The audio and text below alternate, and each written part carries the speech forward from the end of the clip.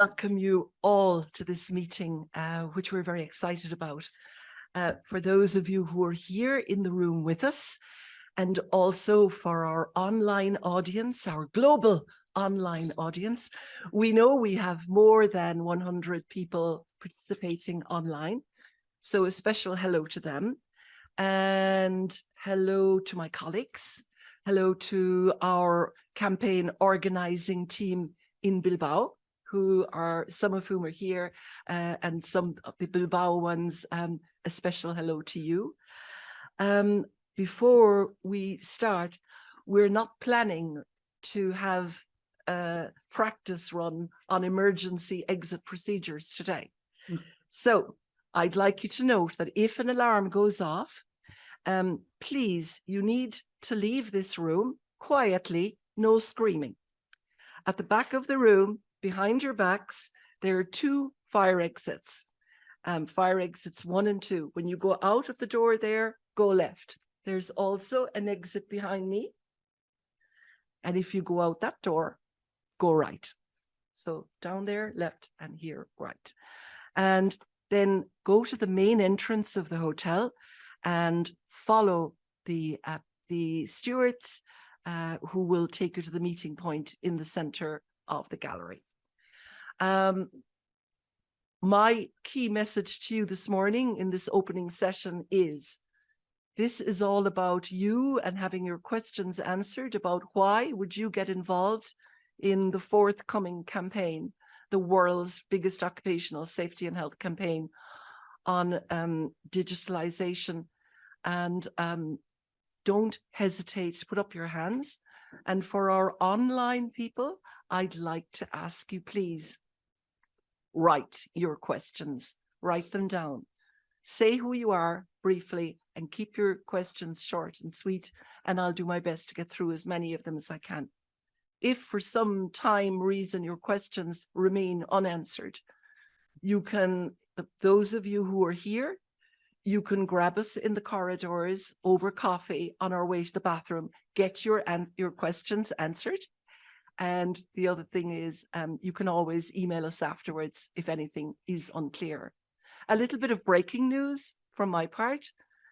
We almost have confirmation.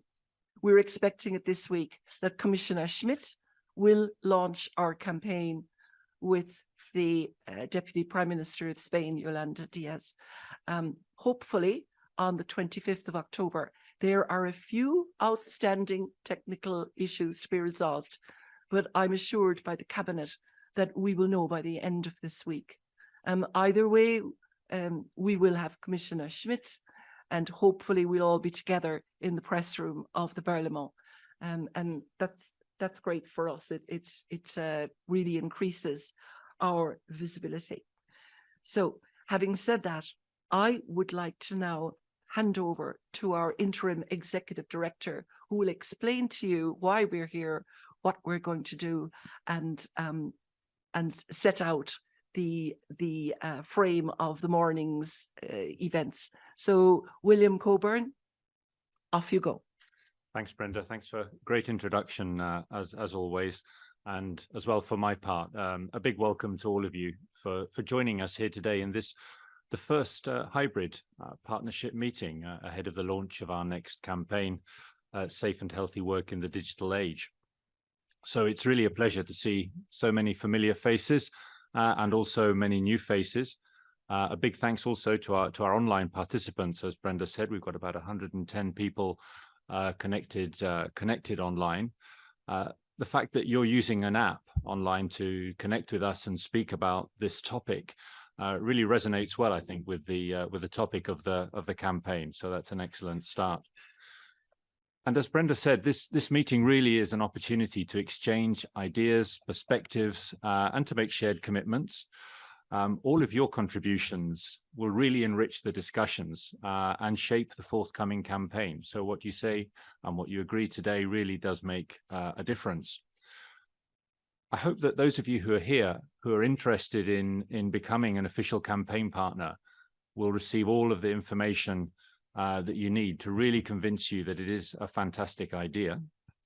As a partner, you become part of a really committed network of international and European members who share a shared vision, a vision of safer, healthier, and more productive work environments. So I hope that's a great motivation.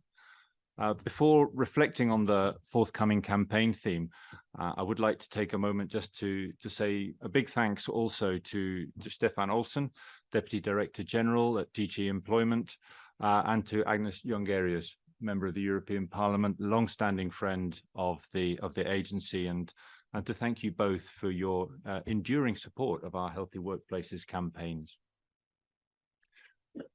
In fact, your support really highlights the strong EU-level commitment to addressing the challenges and seizing the opportunities that are presented by digitalization. So although the use of ICT goes back decades at work, digitalization nowadays is evolving so rapidly and massively impacting the world of work. We find ourselves in an era where artificial intelligence, big data, cloud computing, algorithms, collaborative robots, and augmented reality are all changing the labor market. They're introducing new jobs, new ways of manufacturing, the way we organize and manage work. So really, really fundamental changes. And while these trends present us with really exciting opportunities to improve occupational safety and health, for example, eliminating hazardous tasks or repetitive tasks, better protecting workers in general, they also raise some challenges. And I think it's clear that despite the growth in these digital technologies in the workplaces, we still don't fully understand the challenges. And these include, for example, the risk of increased risk of injury or stress, or working in isolation, MSDs. Indeed, the range is quite broad. So to mitigate these potential negative effects, it's really imperative that digital technologies are designed, implemented, managed, and regulated, putting the human at the center. Now, in all of this, your support and collaboration is vital if we're to succeed in achieving all of these objectives envisaged by the Healthy Workplaces campaign. And by becoming an official campaign partner, you'll become part of a network that includes both the leading public and private organizations. And this partnership offers a unique opportunity to inspire and motivate others towards the successful management of safe and healthy work in the digital age. So as an official campaign partner, you can make a significant impact. And that can be through disseminating the material of the campaign. You can participate in our good practice exchanges. You can collaborate with our focal points. And of course, you can use our resources and tools. And as I say, I can't underline enough, your contribution is absolutely vital to the success of this campaign. Later on, we've got our roundtable, and the participants that we have here, the European Trade Union Congress, Business Europe, Siemens, and the European Network for Safety and Health Professionals, will tell us about why they decided to become partners in the 2025 campaign. And so many thanks to you. And to the partners who've already actively contributed to the previous campaigns, which we see as a fantastic success. So supporting your efforts as official campaign partners and ours as EU-OSHA, the EU institutions are working to enable a transformation of the European economy that works for the benefit of society. And this alignment is driven by a shared commitment to advancing the digital era while safeguarding the safety and health of our workplaces. So in that, I'm referring in particular to the European Commission's Vision Zero approach, advocating a culture of prevention when it comes to occupational safety and health, and a key priority under the current strategic framework on health and safety at work, and also to the European Digital Strategy, aiming to pursue human-centered digital policies that are able to empower people and businesses and lead to a more prosperous digital future. So you can see these actions at the European level, they demonstrate how relevant and important the topic of this campaign is. So I wish everyone a fruitful hybrid EU partnership meeting. I'm confident that you're going to find it enjoyable, informative, and inspiring. And your partnership is really a catalyst for positive transformation. And I think together we can shape a safer and healthier digital work environment for all. And really looking forward to the rest of the day. So thanks, and I'll hand the floor back to Brenda. Thank you very much, William. We're going to get straight into our discussion. I'm just going to remind you that after our two guests have spoken, we'll take a few minutes for questions, both from here and written questions from our online audience. Our first guest is Stefan Olsson, who barely needs an introduction because he has been involved in the world of health and safety for many, many years, and has been, among other things, a member of our board in the agency in Bilbao, and of course also for years chairing the work of the Advisory Committee on Safety and Health at Work. And now as Deputy Director General of DG Employment, Social Affairs and Inclusion of the European Commission, he has many other files and topics to look after, which is why I'm very, very delighted to welcome here today. And I think it shows a sign that even though you may be gone from directly working with us, Stefan, we're not forgotten. I do have a question to start off with. Do you miss us a little bit?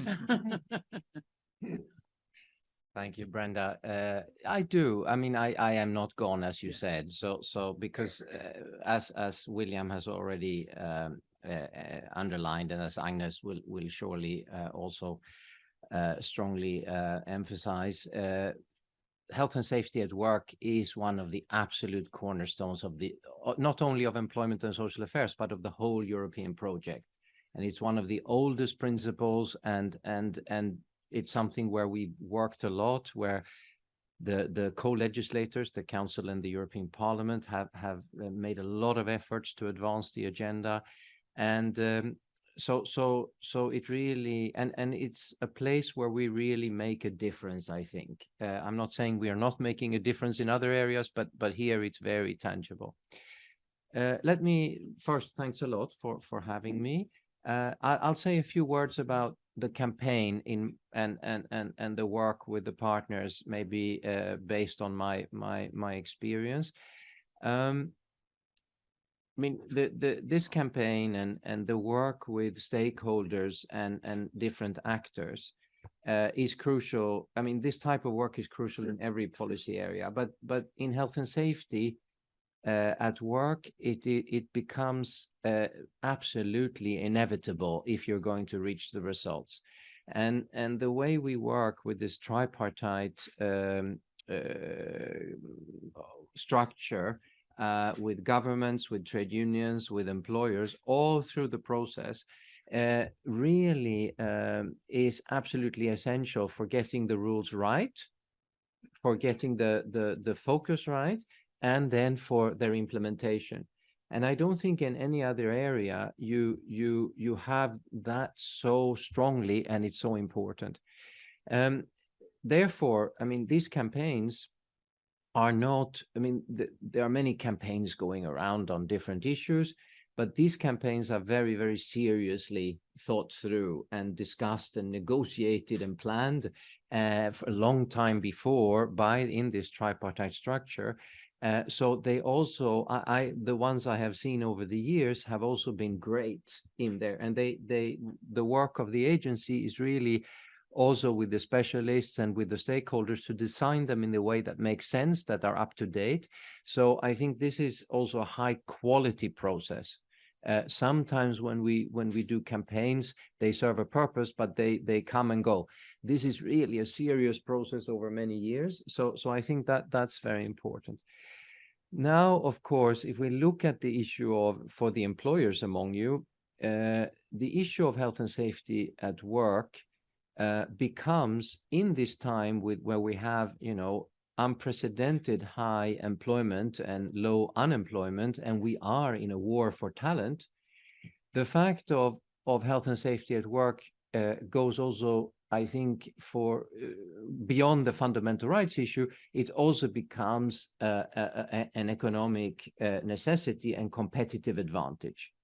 Because when you want to recruit, especially if you're talking about digital work, and I think, and I'm sure some of you have this experience, or you contradict me later, but the fact of the people, many people can choose where they go, and the talent can choose where they go, and they will look at the issue of health and safety, the working environment. How is this employer, how is this institution functioning?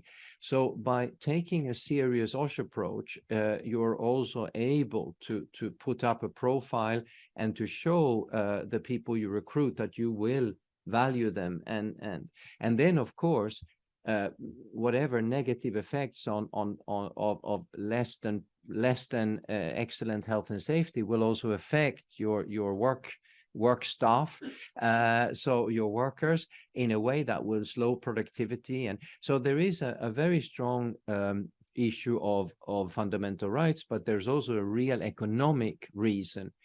Then if we look at the campaign itself, and the purpose of doing this, I mean, that's also something we see, that you really, in order to have effective OSHA, you can have very good rules.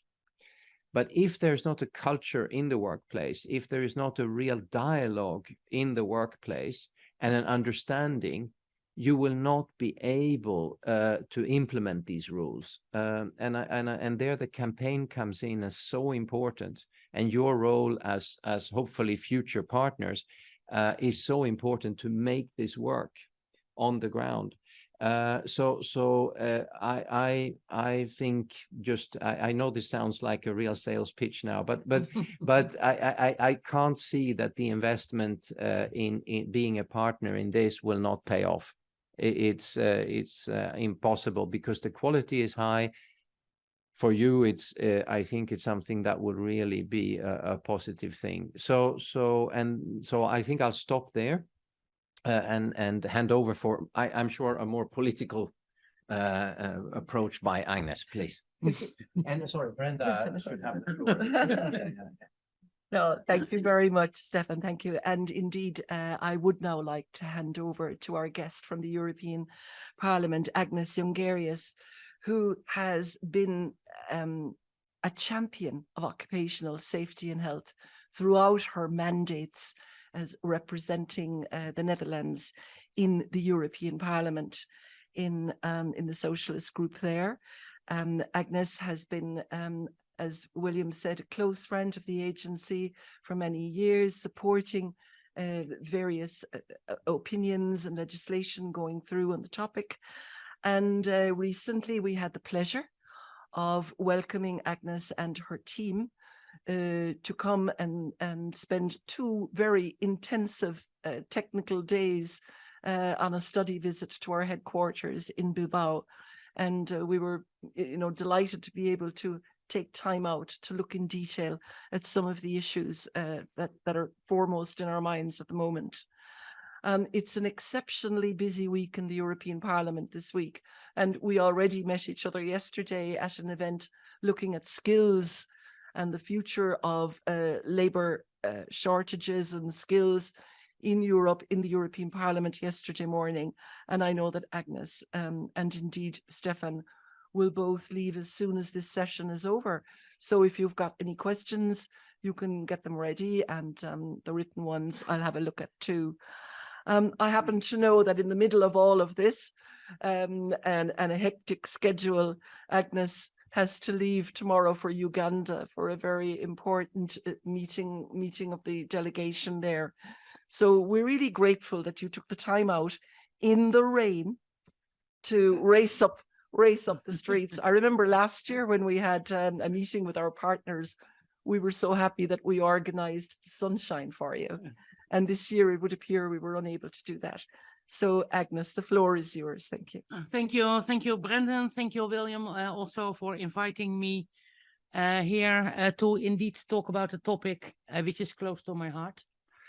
You haven't said, Brenda, that before coming to the European Parliament, I worked for 25 years for the Dutch trade union movement, and starting my career in the transport union, like this, okay, strong man of the transport union. Occupational health and safety has always been very high on my agenda, also because just the work I've been doing and the importance it has for people working in the docks, on the trains, and indeed as truck drivers. And what I find interesting that in the 35 years, the topic also has changed. Yeah. So at first it was about long working hours, it was about dangerous substances, it was about how much weight people should lift, are the chairs safe, and that was, let's say, important. But it was also, let's say, part of the way the work was organized at that moment. And I think in this 35 years, I also gradually made this change in, okay, this is still important. It's still important that truck drivers don't have too long hours and that they have to be able to every now and then take a shower and have a cool place to sleep in the middle of the summer. But we also got more and more aware about all these other things which are changing in the workplace. And I do remember that, let's say, 15, 20 years ago, we had this first debates about teleworking. For instance, the call shops, the call centers of web shops. And then we were all surprised, but this is just as me, so I'm perhaps a little bit old-fashioned, that indeed it can be done that from a completely different place, the worker who was teleworking, answering the phones for this web shop, was controlled via digital means. And I must say, if you now tell to people that there are some workplaces where people get a chip injected in their arm, so they don't need to show their badge all of the time, but log in with this. I think I can demonstrate with that how much has changed over the time, but also how many people there will be still surprised about what is this really happening at the workplace. And therefore, I think a campaign as you are planning to start is really important. I think 6 years ago, together with a delegation of the European Parliament, we went to California and also visited a warehouse of Amazon. And there it was indeed clear that people could not leave their workplace, even if they had to pee. So they had to pee in a bottle near where they were working. And drivers of Amazon have a camera in their car, and they get remarks if they don't have a pleasant smile on their face all of the time.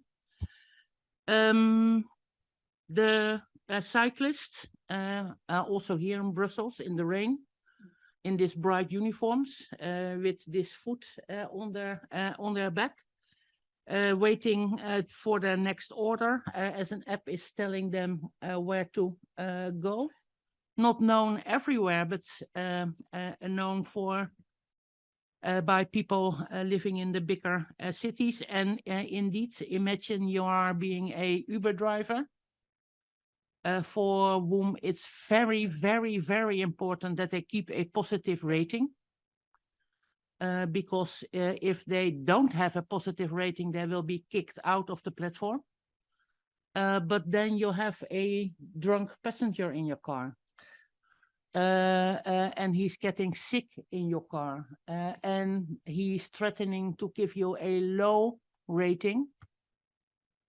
what do you do?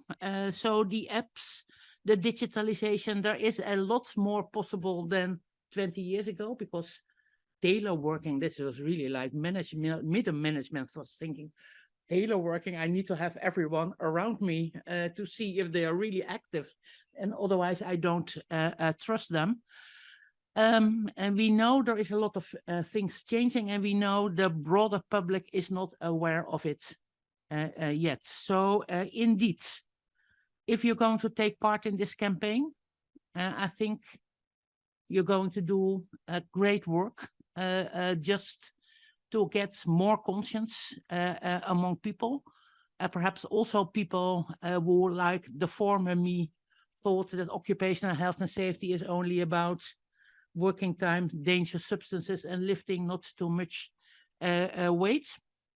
But that there are new challenges at the workplace, opportunity, but also challenges we need to address.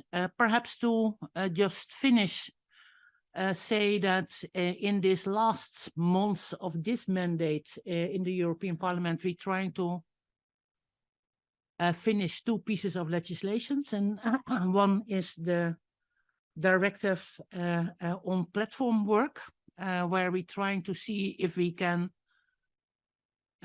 regularize people, companies like Uber and Deliveroo, who now underpay their workers, exploit them by presenting them as being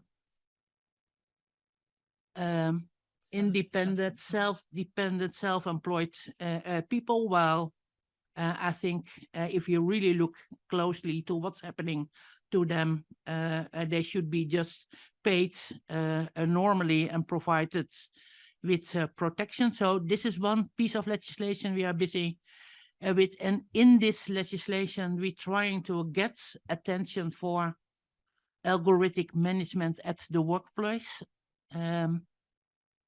which is, I think, largely unknown what's happening. But we also know that the process of legislation is always at a slow pace.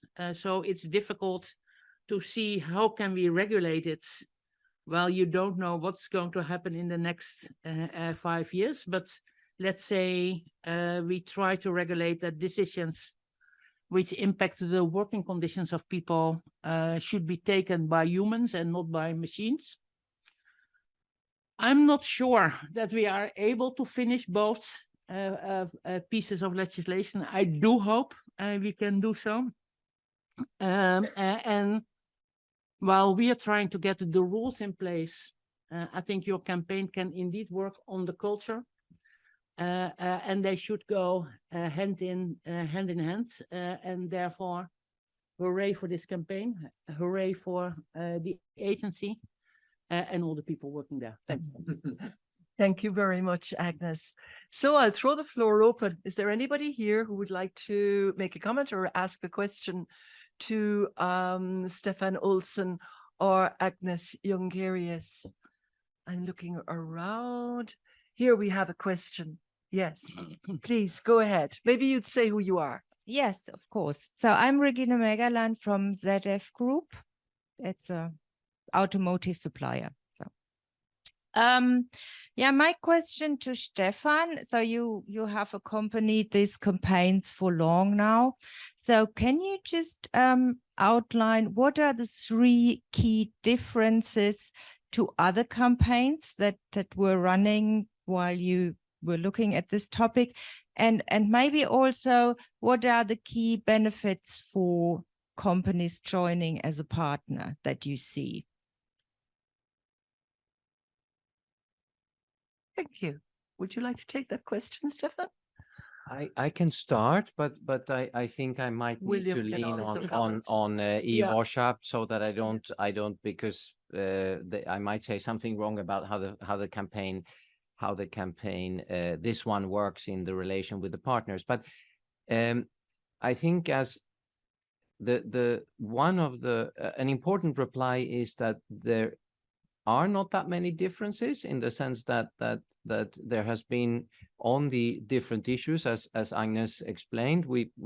you know, the challenges has been there over the years, and the different campaigns on dangerous substances, on stress or whatever they have been topical, they have been very good. So I think that there is a continuity, and there is a real respect for the partners, and a dialogue that is very good. So I think the continuity is maybe more important than the differences. But what I would say, this subject is extremely important in this issue that I mentioned initially, which is how to present your company. As Agnes outlined, there are so many concerns today of workers. How will they be treated? We don't understand these AI systems. We don't monitoring. We hear stories. So I think that the campaign and being a partner gives a very good signal that you're taking this very, very seriously, and that you're not doing these strange practices that people might be afraid of, and that's a kind of a guarantee. So I think that for me, because the other issues are more clear. Dangerous substances, they're more clear too. But here we're talking about something that can be hidden, and therefore it's very important to show your commitment. But maybe William, you very eloquently put, Stefan, and I would say it's the same. It's what sets this campaign apart, perhaps, is this fact that we're at a moment of real change and of understanding, as Agnes was setting out as well. And it's a really important inflection point, because if these technologies are introduced in the right way, they really offer an opportunity for improving occupational safety and health. And on the other hand, if they're rolled out in the wrong way, then the effect is entirely opposite. It's quite poor outcomes. Just one small example, as Agnes raised, for example, Uber drivers. You know, if that technology was not focused on intensive control and a gamification of incentives that increases pressure, but instead you've got a technology that's taken cash away from transactions, so has lowered the risk of robbery and violence, because there's no point in robbing a driver who has no cash in the car.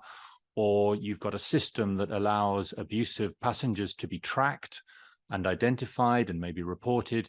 You've got a system that increases safety. Instead, it's been implemented in a way that is leading to negative outcomes. And that is just one example, I think, of how digitalization can swing one way or the other. And so really from you in this campaign, I think we want to see the practical examples of how a good implementation, one that involves full information, transparency, participation and consultation of the workers, which is, as Stefan said, a common principle for success across health and safety, but so important here, so important, because if something is introduced without the full understanding and the buy-in of the employees, then it's not going to succeed. And in fact, it's going to go and have effects in the opposite direction. So I think you've got a real role for us. It's a win-win. I mean, if you can bring us examples of how this can be done successfully and the results, then that's wonderful for us. Thank you.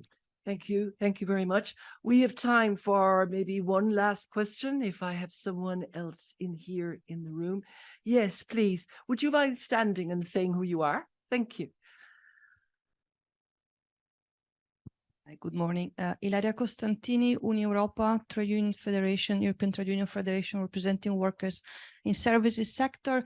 One question to OSHA. To what extent the campaign will emphasize the importance of collective bargaining and agreements at sectoral and company level as a way to get closer to workers, human-centered approach, and try to solve these digital transition related issues, which we do understand are a very mobile and dynamic target, where usually legislation risks to be too late? Thanks.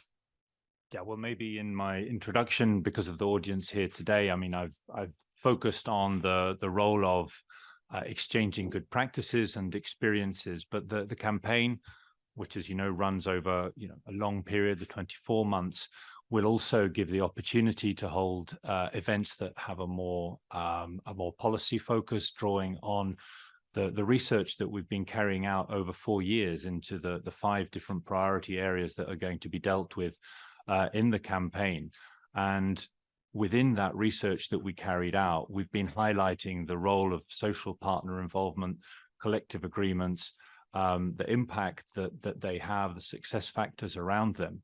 And those are discussions that we want to use the campaign also as a vehicle to continue the discussions and to raise the profile of those more policy focused findings. So for us, the combination of first carrying out that 4 years of research on the topic, looking at all the aspects, whether it's the prevalence, whether it's the trends, and the policy response and the measures, the fact that we can then combine that with 2 years of campaigning and continue that discussion and raise it in visibility and impact is a real success. So we'll be looking forward to your participation in those sorts of meetings and events as well. Thank you. Yeah, thank you very much, William. Maybe a final question to both of our guests. People have mentioned the many opportunities and also the challenges that the digitalization and the digital transition presents. Agnes, Stefan, do you feel, looking at the future, do you feel optimistic? I think we can feel optimistic if we have indeed a broader, let's say, debate also in society, because I think people fear the unknown. So if we get more knowledge about what is really happening at the moment, I think that can be helpful. I'm also, of course, optimistic about the next generation who grew up with all these digital tools instead of me trying to catch up running after it. I think it's a debate about, let's say, digitalization and the possibilities and the challenges. It's also a debate about, let's say, what is the value of work in general? Because I think this is, if you're talking about Uber and the way they use their app, it's it should be more a debate about, do you value your people, and then how can you use your digital tools to serve that purpose, than saying this app by itself is not fair. So I'm looking forward to the campaign, but I'm also looking forward to a more broader debate, which is, I think, quite needed in society, about what's the value of work in the 21st century. And that's different than when I started my work in the trade union career. Yeah. Thank you. The value of work. Yeah, you've put it in context there for us, Agnes. Stefan? No, I fully agree. I don't have much to add. I think the point also about the platform workers is very important, because that shows that goes to the same point that the main legal rules, the main values need to be maintained, and the fact that we have a new technology or a new does not change that. And I think this is something that we need to repeat, and we need to make sure that's really the basis.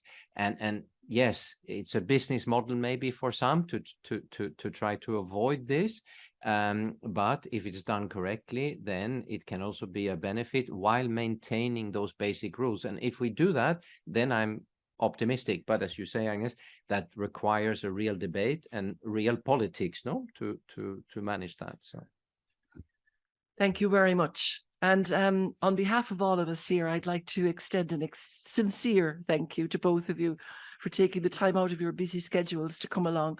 And I think they deserve a round of applause. Thank you. Thank you.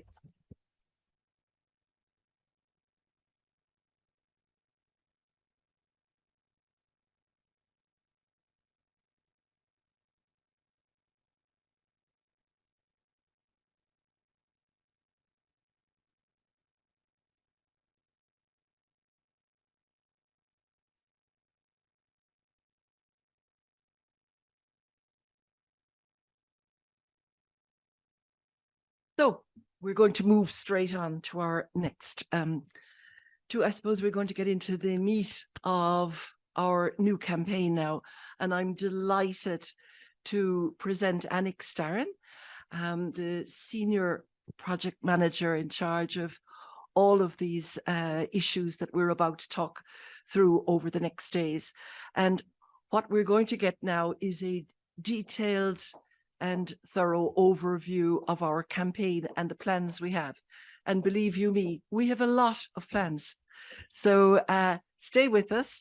And once again, we will be able to take questions afterwards from those of you here physically and also from our guests online. So Annick, the floor is yours. Thank you. You like me here on the table here? It's a good place. You can hear me? Yes. Okay. Okay. I'm a bit tall. Okay, thank you. It's an honor to present the campaign to you from the content side, and I will do that today. So my name is Annick Starren. I work at EU-OSHA in Bilbao. I'm a senior project manager at the Prevention and Research Unit, and I will present to you how we kind of started with this campaign and how it's structured. So I will start with the idea of how it started. First, we had this OSH overview on digitalization and OSH. And we've been working on the preparation for this campaign for more than 3 years already. So it's interesting to see how we work to finally have the campaign information are available for you for the coming 3 years. So a lot is going on here. So just to know how we, what we were working on, we worked already on a lot of research on policy and practices, on advanced robotics and AI-based systems, on new forms of worker management, on OSH and digital platform work, what we just have discussed, on digital systems for the monitoring and improvement of OSH, and on telework and remote work on OSH. So this has been already the topics that we have been researching for more than 3 years. And now, finally, it's interesting that we finally have the opportunity to use all this interesting material. It would be too much to put it on one slide and use it for the campaign in the coming 24 months, the coming 3 years. So next to that, we have a lot of facts and figures available for you. We have our EU-OSHA OSH Pulse research. And we have our ESSENOR study. I hope you have heard of both of these surveys that we have been doing for a long time as EU-OSHA. So what you see from these results, you see, for example, EU workers at work use laptops, smartphones, and tablets. 73%. Well, that's not a surprise, of course. They use wearable devices, 11% in 2022. They use machines or robots incorporating AI, that's only 5%, and also robots interacting with the worker, 3%. I think that's quite what we expected. That's one of the research outcomes of our studies from the OSH Pulse.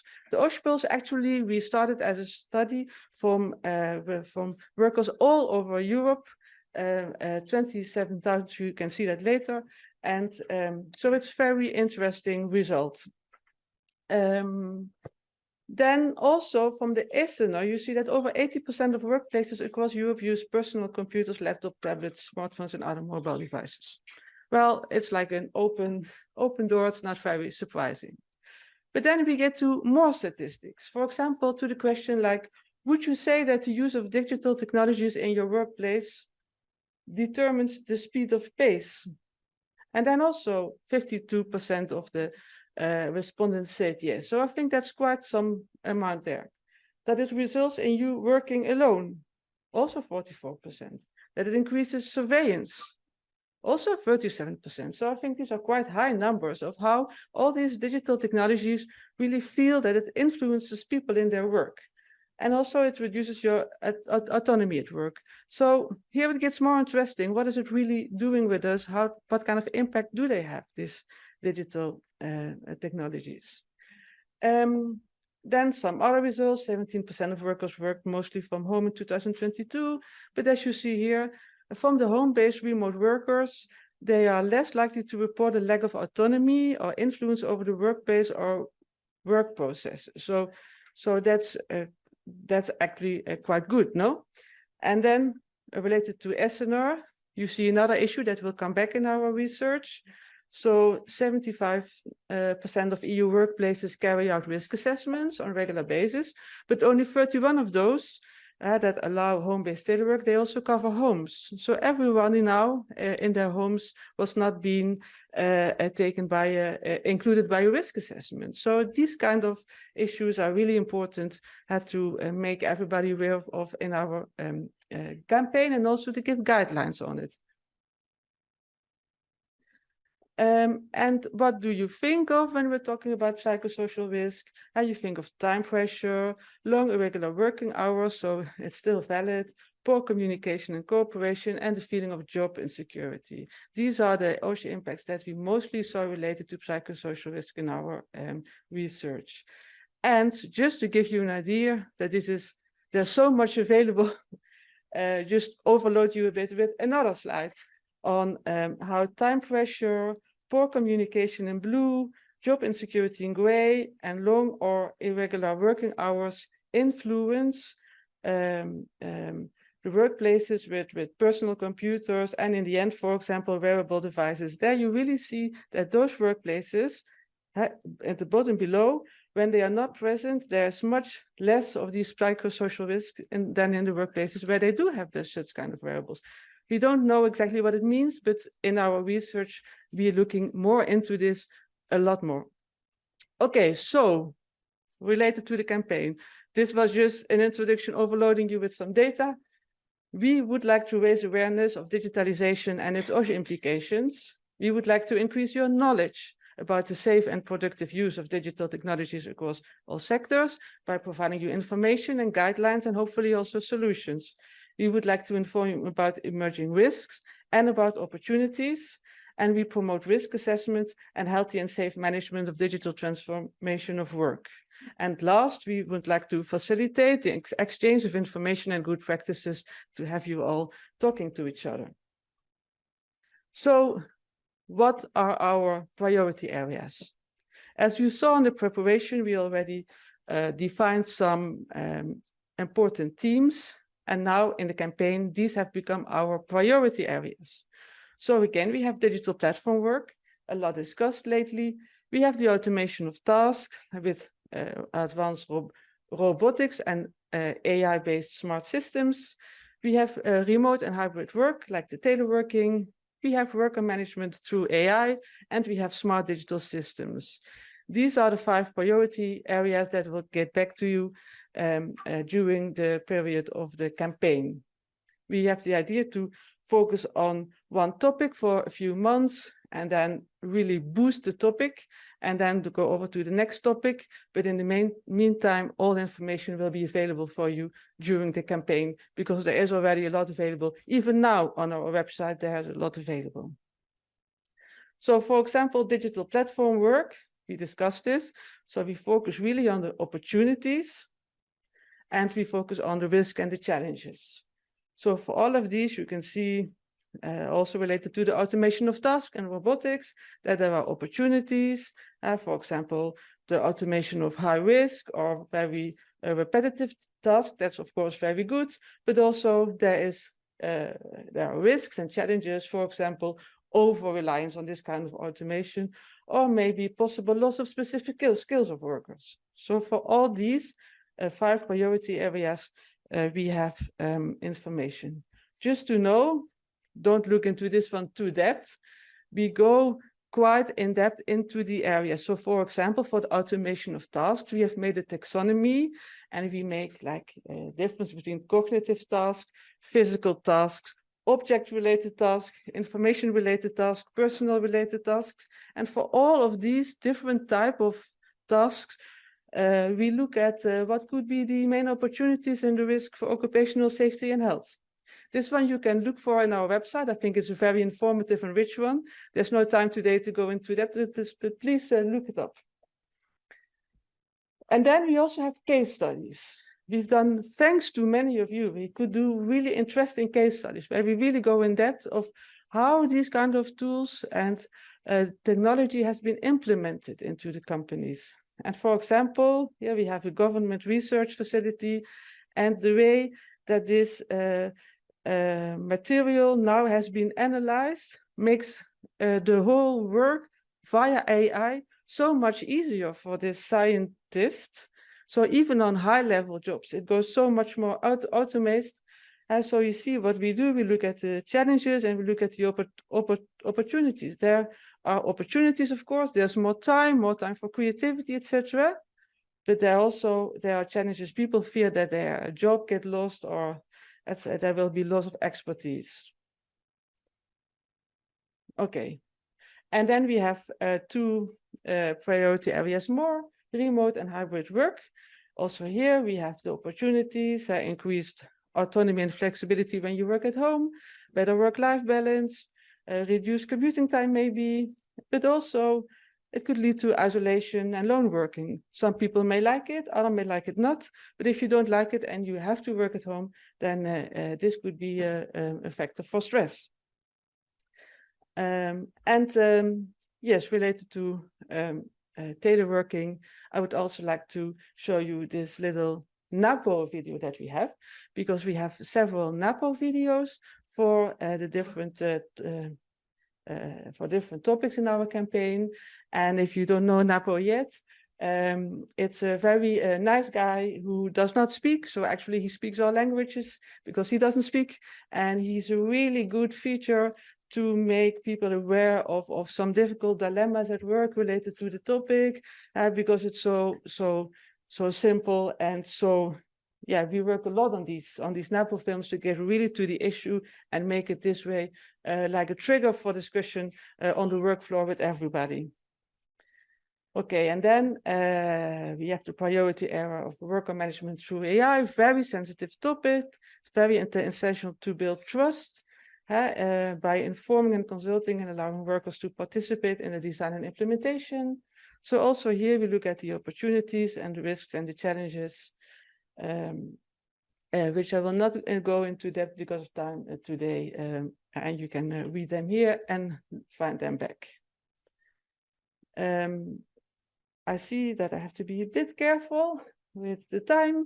So then we get to the last. You're doing well, Annick. Okay. It's okay. You're doing very well. Okay, so the last priority area, that's smart digital systems. Also here you see we have the opportunities. So all this kind of wearables, I can show them here, like smartphone apps, like smart glass, drones at work. For example, in the construction and mining to effectively reach and monitor dangerous areas of work. E-textile technologies, smartwatches, also for emotional data, virtual reality, augmented reality that can be used for training, but also as an interface providing monitoring data. They can be also used after an accident has happened. So all these kind of wearables that you can think of. Actually, we have one as a case study in our project that is based on shoe soles that measure a lot. So I think so much interesting now changes to be done. Well, they have opportunities. They prevent and minimize harm. And that's what they're made for. They improve OSHA compliance if possible. They take care of more informed decision making. But at the same time, even these tools that are made for health and safety, you have to be careful because there could be data inaccuracies or data misinterpretation. There could be an overload of data from managers that they don't have the time for to analyze. And also here, an over-reliance on technology could happen. So in this campaign, we really want to focus on the opportunities because it's going to happen and it can be really good for health and safety, but also on the risks and challenges. So almost to conclude, what are the main messages for our campaign now? What we already see, what is really important to have this human-centered approach. It was mentioned just before, design for humans. It's very important that technology doesn't take over, that the human feels in control. The other aspect that is really important over all the work that we've done, that is equal access to information to all stakeholders, because information is power. If employers have more information than workers, or workers have more information than employers, then there will be a power distance. So it's very important to create transparency. If you use, for example, all kind of AI, it needs to be clear what it's used for, how it's used to everyone. This transparency and this participation is really important. And in the end, there needs to be kind of a holistic approach where everybody is involved, from innovation to policy to workers and everybody, employers, to look at the evaluation of the impact on occupational safety and health of these digital technologies. So later today, my colleague Birgit Müller, she will tell you more about the campaign resources that we are using and the campaign itself. But now I want to show you that we have these publications available, campaign materials, campaign toolkit. We have the NAPO films, as you see, the OSHA wiki, and the case studies also will be published as standalone. So a lot of information will be available for you to go into in the campaign time. Well, you are our campaign partners. Here you can see with whom we all work together, which gets me to the last slide. Please get involved, and here is where you can find more information. And I think this slide you will see later today again. So thank you for now.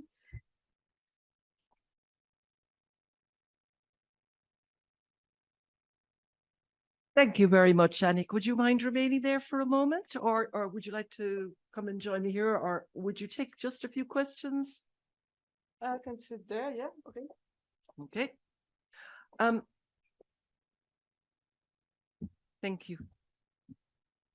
We already have a question from an online guest, Anthony Wolf. He wants to know, and it's a good sign when they ask this, will the slides be available, Annick? Yes. They will be. Yeah, maybe I should have said at the beginning that this event is being recorded. You've all consented to it, whether you like it or not. So you're going to be famous, and it will all be available on the webpage of this event later on. We will also be sharing all of the PowerPoints, Annick. Do you think? Will we be sharing all of them? Yes, why not? Yes. Yes. Okay, just checking with you. Mm-hmm. And also we'll be putting up some photos there. So I hope that answers your question, Anthony, who just contacted us. So I'll throw it open to the floor. Have you any questions for Annick about our priority areas, where we're going, the topics that we intend and are covering already? Yeah, please. Welcome, John. If you'd like to stand up and tell us who you are. Go ahead. Yeah, John Harkin is my name. Excuse me, I'm representing CMET, European Tech and Industry Employers. Annick, thank you very much for that presentation. You gave us a lot of detail, a lot of information there, a lot of statistics. At CMET, we also have quite a lot of statistics ourselves. We have our Digitalization in the World of Work publication, which has one of the topics is occupational safety and health. So I suppose my question to you today is, what's the best way for us as former campaign partners, hopefully ongoing campaign partners, to provide information to you as an agency, whether that's statistics, economic data, which we might have as well? What's the best way we can do that for you? Good morning. No, I think I will explain in more detail in the next presentation, but I think, yeah, the campaign partnership would be the platform to exchange exactly useful information among organizations and companies. So if you have statistics on how different initiatives from your side had an impact on workers, or statistics related to digitalization in your enterprise, I think it would be really valuable if you could share this among the campaign partners group. And yeah, if there are if there's a good case study, this could be also published on our campaign website, for example. So we welcome this. Thank you. Thank you. Thank you for your question, John. Any other questions from the audience about, we'll be going into more detail, as Birgit said later, on the nuts and bolts of how this will operate, how it will work. Just looking around. Yes, please stand if you don't mind, because the camera can present you better. So my question is, it's a quite complex campaign with a lot of topics. Yeah. And I think rolling this out at the time, everything that would cause some kind of struggling. So is there any rollout strategy for the whole campaign and the different topics? Annick? Yes, thank you, Rina. Yes, indeed. We notice it's quite a complex campaign indeed. Digitalization is not an easy topic. And indeed, we have this rollout approach, this rollout strategy. So first we start now when the campaign starts with the topic of platform work. And then we go over to the topic of advanced robotics and automation. And then this will be in a time frame of approximately 4 months. And then we start with an event where you will all be informed on the new and the latest information. So you will be really informed, and we will give you all kind of tips and tricks and guidelines on this specific topic. However, in the meantime, the information on all the 5 priority areas are available as far as they are available. Because I hope that was clear from my presentation, and we have already working on this for years. So there is already information available on the website, but things are changing and we are continuing and we are going on. So this new information will be available step by step. What we do, what we've learned from earlier campaigns, is that we focus on some topics over a time zone of certain months. Thank you. Thank you. So just to be perfectly clear now for everyone, all of the information is available from the start. And then with our priority areas, we focus and promote and push those on a 4-monthly, more or less basis. And then over the years, will new information also come, Annick? Yes, there will. I expect that there will be updated or using new information. But the major bulk of the work is already available. But there will be other things coming on, and I presume the debate will deepen as we go through the campaign. The debate and the discussion will deepen, and you, as official campaign partners, will have plenty of opportunities among yourselves and with us to discuss further. One last question. Anybody would like the floor? Please, Ulrika, welcome. Hello, Ulrike Bullmann, German Social Accident Insurance and European Network Education and Training for OSH. It's a very special question because we are all suffering from the information overload. And we are all in fear of a one-way ticket to the campaign, Right. getting information. And when you describe the prevention approach, yes, human-centered approach, transparency, participation, yes, that's what we are always letting the people know. But the tricky thing with this digitalization issue is that some basic issues are not the same. For example, artificial intelligence, we will not have transparency anymore. Therefore, we can aim for it, but it's done. It's done. We will not have it. The tools will avoid that we are able to fulfill this basic principle of our prevention approach. And therefore, I would like to ask, are you thinking about something like a forum or a task to issue, to discuss, to work on these basic questions? We have new challenges for our prevention approach. And I think I'm feeling a little bit uncomfortable if we would repeat our old framework again and again, because the framework will change. For example, I'm in the education sector. Education is becoming an industry. What does that mean for the players, for the issues, for the theoretical background, for the practical things? And that's really challenging, but we need a forum, or we need something on your task list to face or to cope with or to shape this risk of a dramatical new understanding of prevention. Yeah, that's my feeling. Woo. Yeah, thank you. Annick, would you like to respond to that?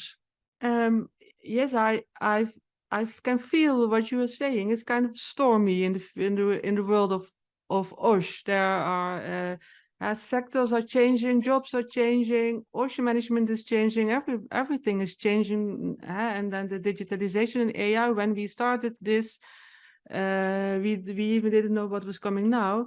So I think there needs to be a lot of dialogue and discussion. There will be webinars, seminars, a forum. I think we will promote that for sure. But I think with your question, the answer is already giving. It's quite stormy. There are a lot of changes coming, and we cannot have the easy solution. So we need to be together in dialogue how to get to these really difficult questions. Yeah, thank you very much, Ulrika. I think as well, we are an awareness raising agency and on this topic. That is what we're doing. We're putting all of the information that we've already gathered out there. And there are many places where these issues are being discussed, and there are fora, not least in the European Commission, in the preparation of directives, and in the European Parliament currently in the work that's going through there on the platform work directive, around which there is much discussion going on. I mentioned earlier that I think the discussion and debate will deepen as we go on. I don't know if the agency is the place where is where all of these policy making decisions and discussions can go ahead, but certainly our job, I think, is to shine a light on these issues, and the intention of the rollout is to shine a light on these important issues as we go forward. So thank you very much. Sorry, I also noticed that I didn't actually see that there was two online questions, so I'll just take very quickly 2 quick questions for you. Will you also address aging at work? We do address. This is from Age Platform Europe. Yeah, we have like throughout all the priority areas. We also have a specific focus on all kinds of all kind of also the more vulnerable target groups. Yes, it will be a special. Yeah, oh, that's great to know. Thank you. And Aurélie, who asked us, what is the week of European Week for Safety and Health at Work? Indeed, it is week 43. Aurélie, thank you for that, which is the week beginning, is it October 23rd? 23rd.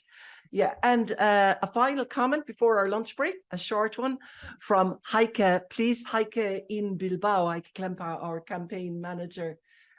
Please go ahead, Heike. Hello, good morning, everybody in Brussels. Unfortunately, I cannot be with you today, but I still wanted to say hello and really thank you to coming so many people to this campaign partnership meeting. I would just like to add a few words to the strategy and the promotion actions that are taking place for this campaign. And as rightly said, we will structure the whole campaign according to the 5 priority areas. And what we will be doing is that a few weeks before the launch of each priority area, we will organize an info session for all our partners, where we also present some new material. We will have info sheets actually for all the priority areas, info, graphics, PowerPoint presentations, And also something that I like to highlight, we have also created a new social media kit that is not anymore a PDF document, but where you can now directly download on the website social media posts and graphics. So this is really something. So every 3 to 4 months, as mentioned, we will make available, in particular, also campaigning tools and material that will help you actually to present the campaign. And that's basically all that I wanted to say. Again, I hope you will have interesting discussions also afterwards. Birgit will present you the campaign partnership offer, and I'm confident that you will get all the information that you will need. Otherwise, just directly contact me here in Bilbao.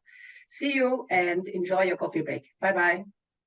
Thank you. Thank you. Thank you, Heike. And thank you, Annick, for your presentation, which has been enlightening. I hope that you've all got a better understanding of the architecture of the campaign. And if we can figure out the architecture, the only thing we need to figure out then is a pathway through the architecture. And hopefully with Birgit's presentation coming up after the coffee break, we'll know where we're going.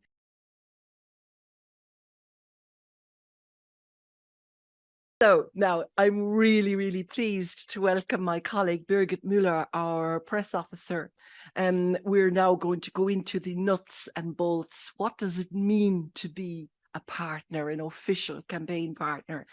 And Birgit's going to hopefully explain everything to you. And once again, I'd like to let you know that ask as many questions as you can, and we'll try and answer them as best we can. Over to you, Birgit. Okay, thank you, Brenda. Good morning to you all in Brussels and also online. I'm happy to present to you today the possibilities and benefits of our Healthy Workplaces campaign partnership and how it can drive good occupational safety and health in your organization.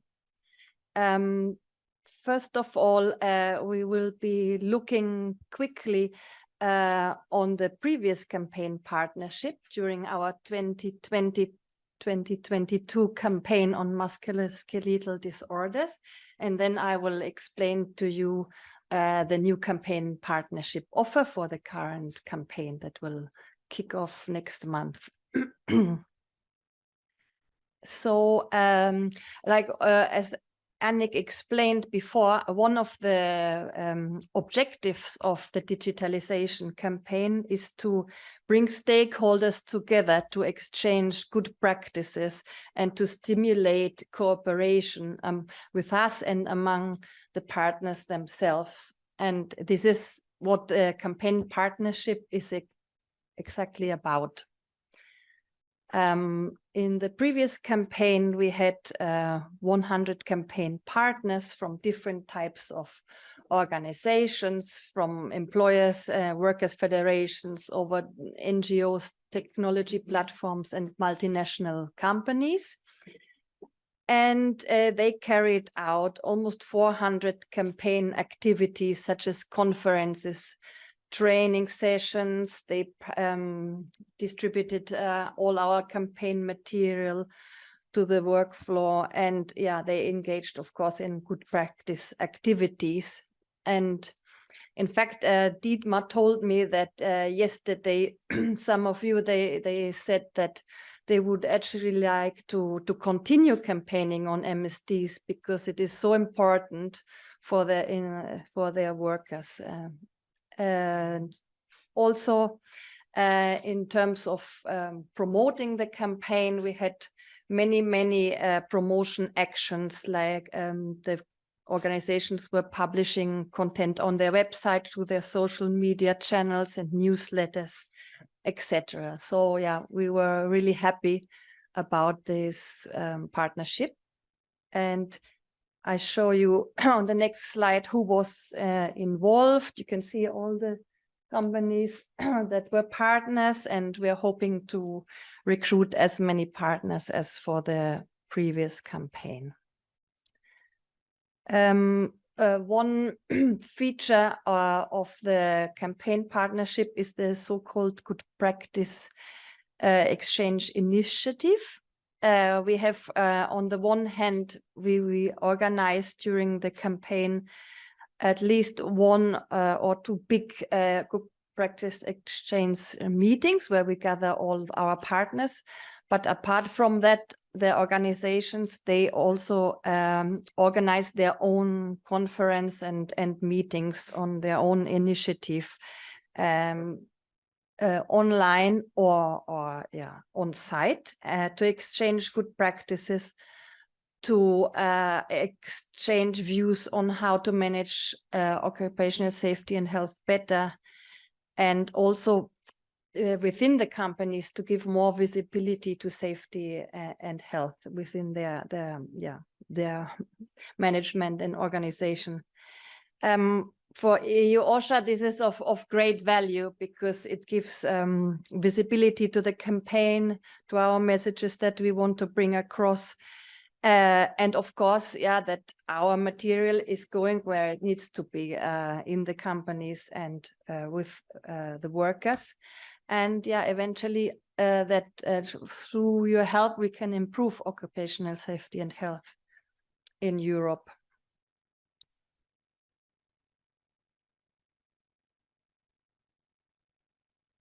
One part of the campaign partner group is the so-called steering group that met yesterday. So many of you are taking part already in this steering group, which provides expertise and knowledge to our campaign. And the partners give us feedback on what we are doing well, or maybe if they have ideas to improve the partnership offer. And also, the steering group is to support each other and to learn from each other. And they also act as our ambassadors and multipliers throughout Europe and also beyond, because we're working with also with global companies. So the meeting yesterday was well attended. There's many people, they are eager and already engaged in the campaign. And it was like a forum for discussion about what future activities can be implemented and how we can promote the campaign. We exchanged a lot of ideas. The 2023-25 partnership offer is building on the success of the previous campaign, as I mentioned. And the principle of this partnership is that you can help us by getting involved in the campaign and giving visibility to us, to our publications, to our case studies, to drive forward and help us achieving the campaign objectives. And for that, we give you recognition for your efforts and make you part of a network of leading organizations that promote good safety and health at work, and a sustainable working life.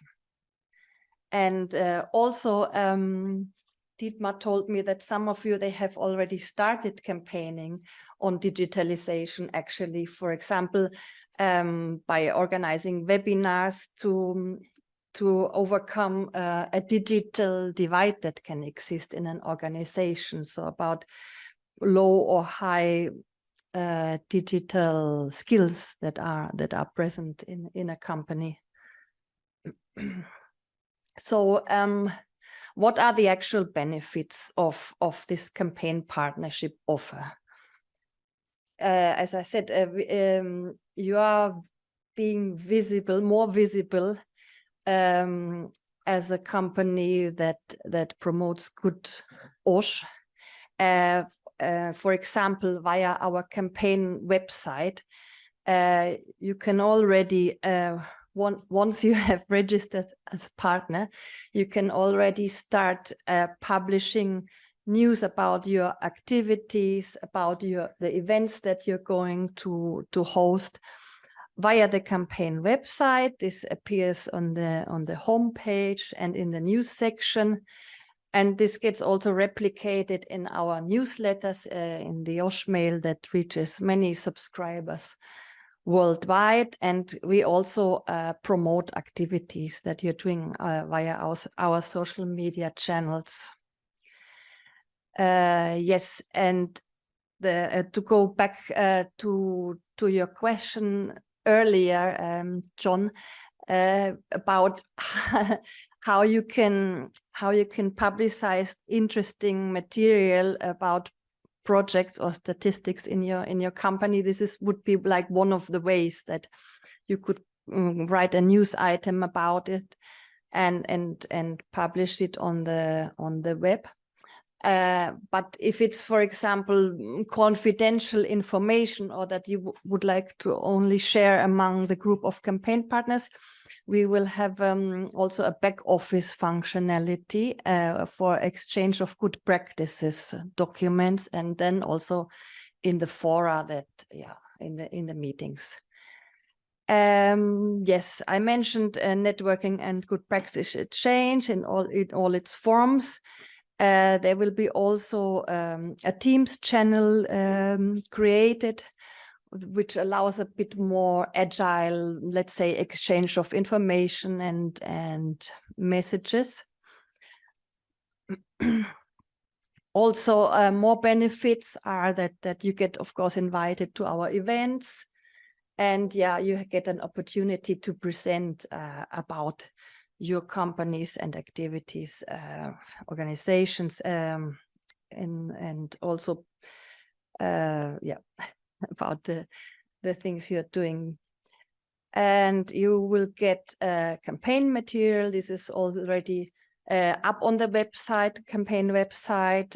You can download it. You also get a welcome pack of printed publications, the same ones that you have in your goodie bag today. And you get subscription to our newsletter.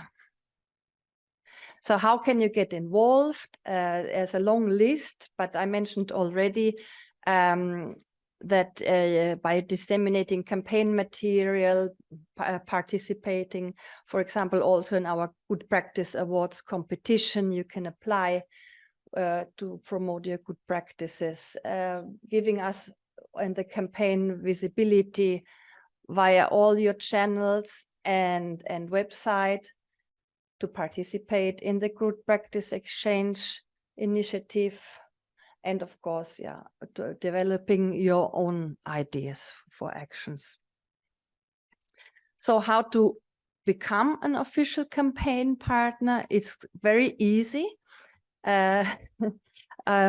You already know, and you are international or pan-European organization with representation in more than one member states, and you're willing to substantially get involved in this campaign. And also, you should use the campaign logo somewhere on your website, and very important also to report back to us about all these activities that have been going on in your organization. So now we look on the deadlines of applications and the way of how to apply. So existing campaign partners, they were already contacted by our team to renew their partnership, to update their information on the website, to draft a new campaign pledge, saying what are your aims to support the campaign. And this is ongoing, and the profiles will be published soon on the campaign website. And for new campaign partners, the deadline is 20th December. We launched last week the registration phase, the application phase. And yeah, this will be, the applications will be reviewed in January, and companies will be notified in February about their application.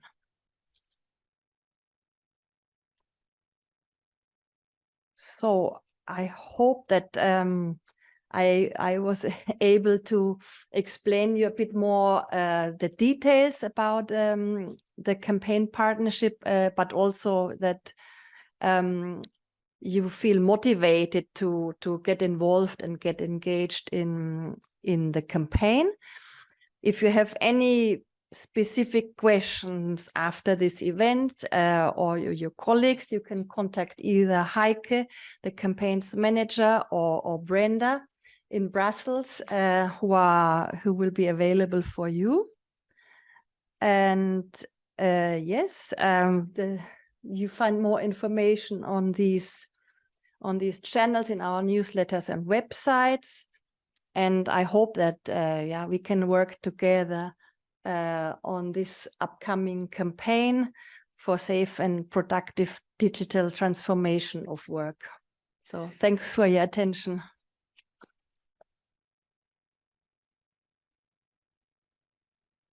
Thank you, Birgit. Would you like to come up here and join me? Because we already have an online question, and there may be some more. We have some from the audience too. Yeah, let's take the audience one. Would you just stand up if you don't mind, and just say who you are? Okay, thank you. Yes. I'm Francisco from Portugal, from the Portuguese Psychologists Association. I just wanted to know, it's a doubt because in your documents that you have distributed here, you have that in the requirements at least 3 members, at least 3 countries should be involved if it is, for instance, a European organization. But in your presentation, you talked about more than 1.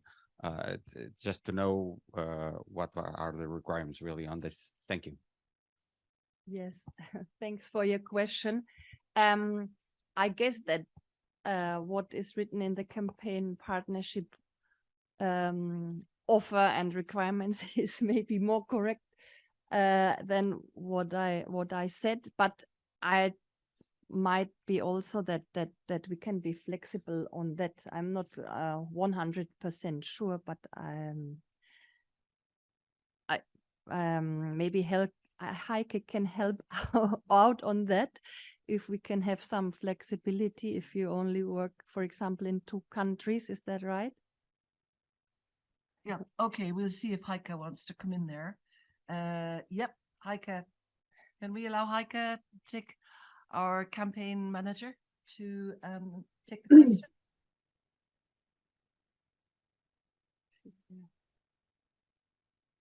There she is. Hello again. Just very quickly. I'm not exactly sure if we can be very much more flexible on this condition on representation in 3 member states, because already in the past we received a lot of requests for becoming campaign partners, and we had to reject organizations because we have a maximum of 100 campaign partners, because this is the number we have internally established that it would be meaningful to have a direct contact. I can tell you so far that more than half of the existing campaign partners have already renewed or are in the progress of renewing. So I'm not even exactly sure how many spots will be available, so to say, after all our campaign partners from the previous campaign, so to say, have renewed their partnership, because these are the spots that will be free. The interest so far shown for the digitalization campaign is higher than whatever we have seen. So what I can tell you for the new ones, because the old ones all, so to say, fulfill the conditions of representation in 3 member states, we have to see and to compare among the free spots, what are the conditions?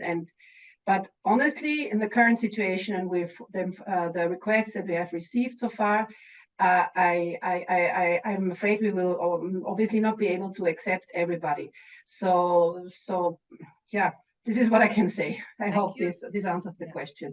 Yeah, thank you very much, Heike. I'd like to add that it is a decentralized campaign Europe-wide, and that in every country we have a focal point, and in every country national organizations can get involved with our focal points and become involved at national level. This official campaign partnership level was created specifically for organizations, alliances, federations, partners who do not have a single national affiliation. So don't forget our focal points, who are there as well to look after us in the member states. Just a question for you, Birgit, from Anthony Wolf. How will campaign partners be able to communicate directly with each other to look for shared opportunities and activities? Yes. Please go yes. ahead.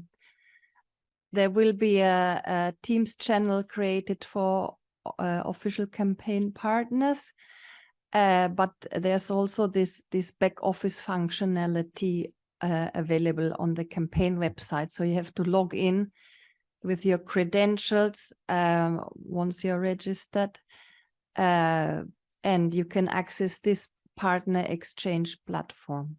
So this will be the two main channels, let's say, to exchange ideas, good practices, and activities.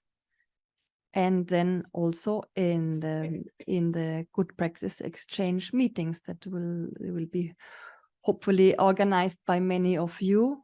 And this is usually a really good forum for brainstorming and learning from each other. Thank you. I'm reminded what Stefan Olsen said this morning about continuity. You know, the question we received was, what is different about this campaign? And he was emphasizing the continuity aspect. And the reason he emphasized that is because of the success factors. All of our campaigns are evaluated. And in the evaluations, we can see clearly what works well. So I suppose there's a saying in English, very ungrammatical, if it ain't broke, don't fix it. So, so what we're also doing is we're trying to hold on to the things and the channels of communication that have clearly been shown to function in the past and bring the best of those into the future. And any other questions about yes, please go ahead, please. And here's a microphone for you. Thank you. I'm George from representing the European Federation of National Maintenance Societies, 24 countries. Just a marketing question.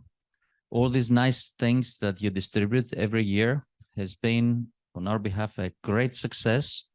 We have distributed thousands of these small gifts, So since we're holding a Euro maintenance next year, around this time of the year, next year to 2024, which is an opportunity to, broaden the horizons of the campaign, are they going to be distributed earlier next year, around March, April, May? I don't know.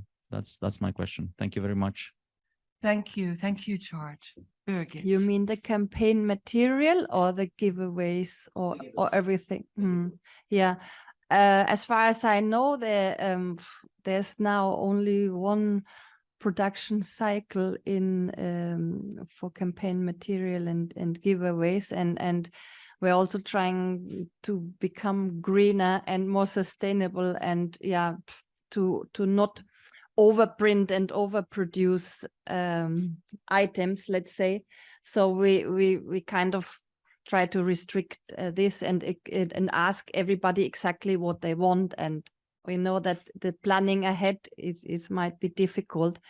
But as far as I know, this will be the new round of orders will be launched this November, and then for delivery in spring next year. I don't know if anybody can correct me from Bilbao if I said something wrong, but this is well, if it's if you think it's the spring, that's fine. We don't need, and that would work well for you, would it? Yeah. So we'll keep it to the springtime rather than nailing it down to a definitive date. Any other questions, please, about the details of the campaign and the partnership?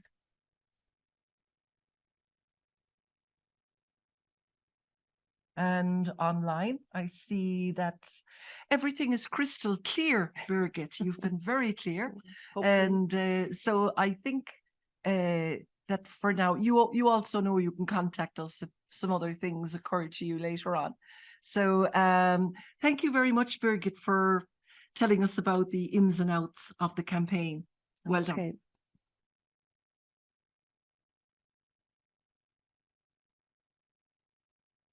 So now it's time to have a little bit of a discussion here, and I would like to invite our panel and our to please come up and join me here. And I think we have nameplates. Yeah. Thank you. Yeah, we need an extra chair as well, I think. Or no, we're okay. We're missing a chair. Are we? Yes, we are. Yeah. So yes.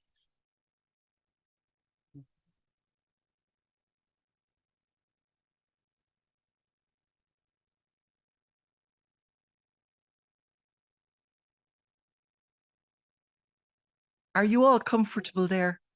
Is it a little bit of a squeeze? We can move. Yeah. Okay. Good. So first of all, thank you very much for agreeing to join us here in the round table. Why did we decide to organize a round table? I think we can learn from each other, and it's interesting to hear the experience of organizations who have already been involved in our campaigns, and also who have been real stalwart supporters of our work over the years. I'd like to start by giving you a brief introduction. At the very end of the table, we have Ignacio Doreste, who's Senior Advisor on Occupational Safety and Health and other issues in the European Trade Union Confederation. Beside him is Isaline Ossier, Advisor in the Social Affairs Department of Business Europe. As you know, these are the two great representatives of the social partners in Brussels at European level. We also have Andresa Hernandez. Welcome, Andresa, who's here representing Siemens and who is based in Munich. And we're going to hear a little bit later on about what they have been up to. And beside me, we have the president of ENSPO, described as the leading voice of European health and safety professionals, Mireia Rifa Fabregat. And so if it's okay for you, I'm going to start with the European social partners. I'm going to start with the ETUC and Business Europe. I'd like to remind you that we will take time for some questions afterwards, and also or during this panel. And also, by the way, during the panel here, if you'd like to ask a question to one of the guests, just put up your hand and we'll include you in the conversation. So, Isaline and Ignacio, our European social partners, you've been with us from the start really, of our campaigns. Could I ask you, what's it like for a big confederation such as yours, whether it's the trade unions or businesses? What's it like being an official campaign partner? What have been the benefits for you? And I suppose a second part to that question, if I'm allowed, is what lessons have you learned about being a campaign partner, and how do you think that this campaign will be different? How are you bringing those lessons into this new campaign we're launching on digitalization? That's about 4 questions. I didn't mean it to be like that, but take your time, because we're interested. Your representativeness is impressive. So we know that you have a lot of feedback, and you're in touch not only here in Brussels with people, but all over Europe about our campaign. So please, Isaline, would you like to start? Yes, maybe I'll just move this a little bit if I can.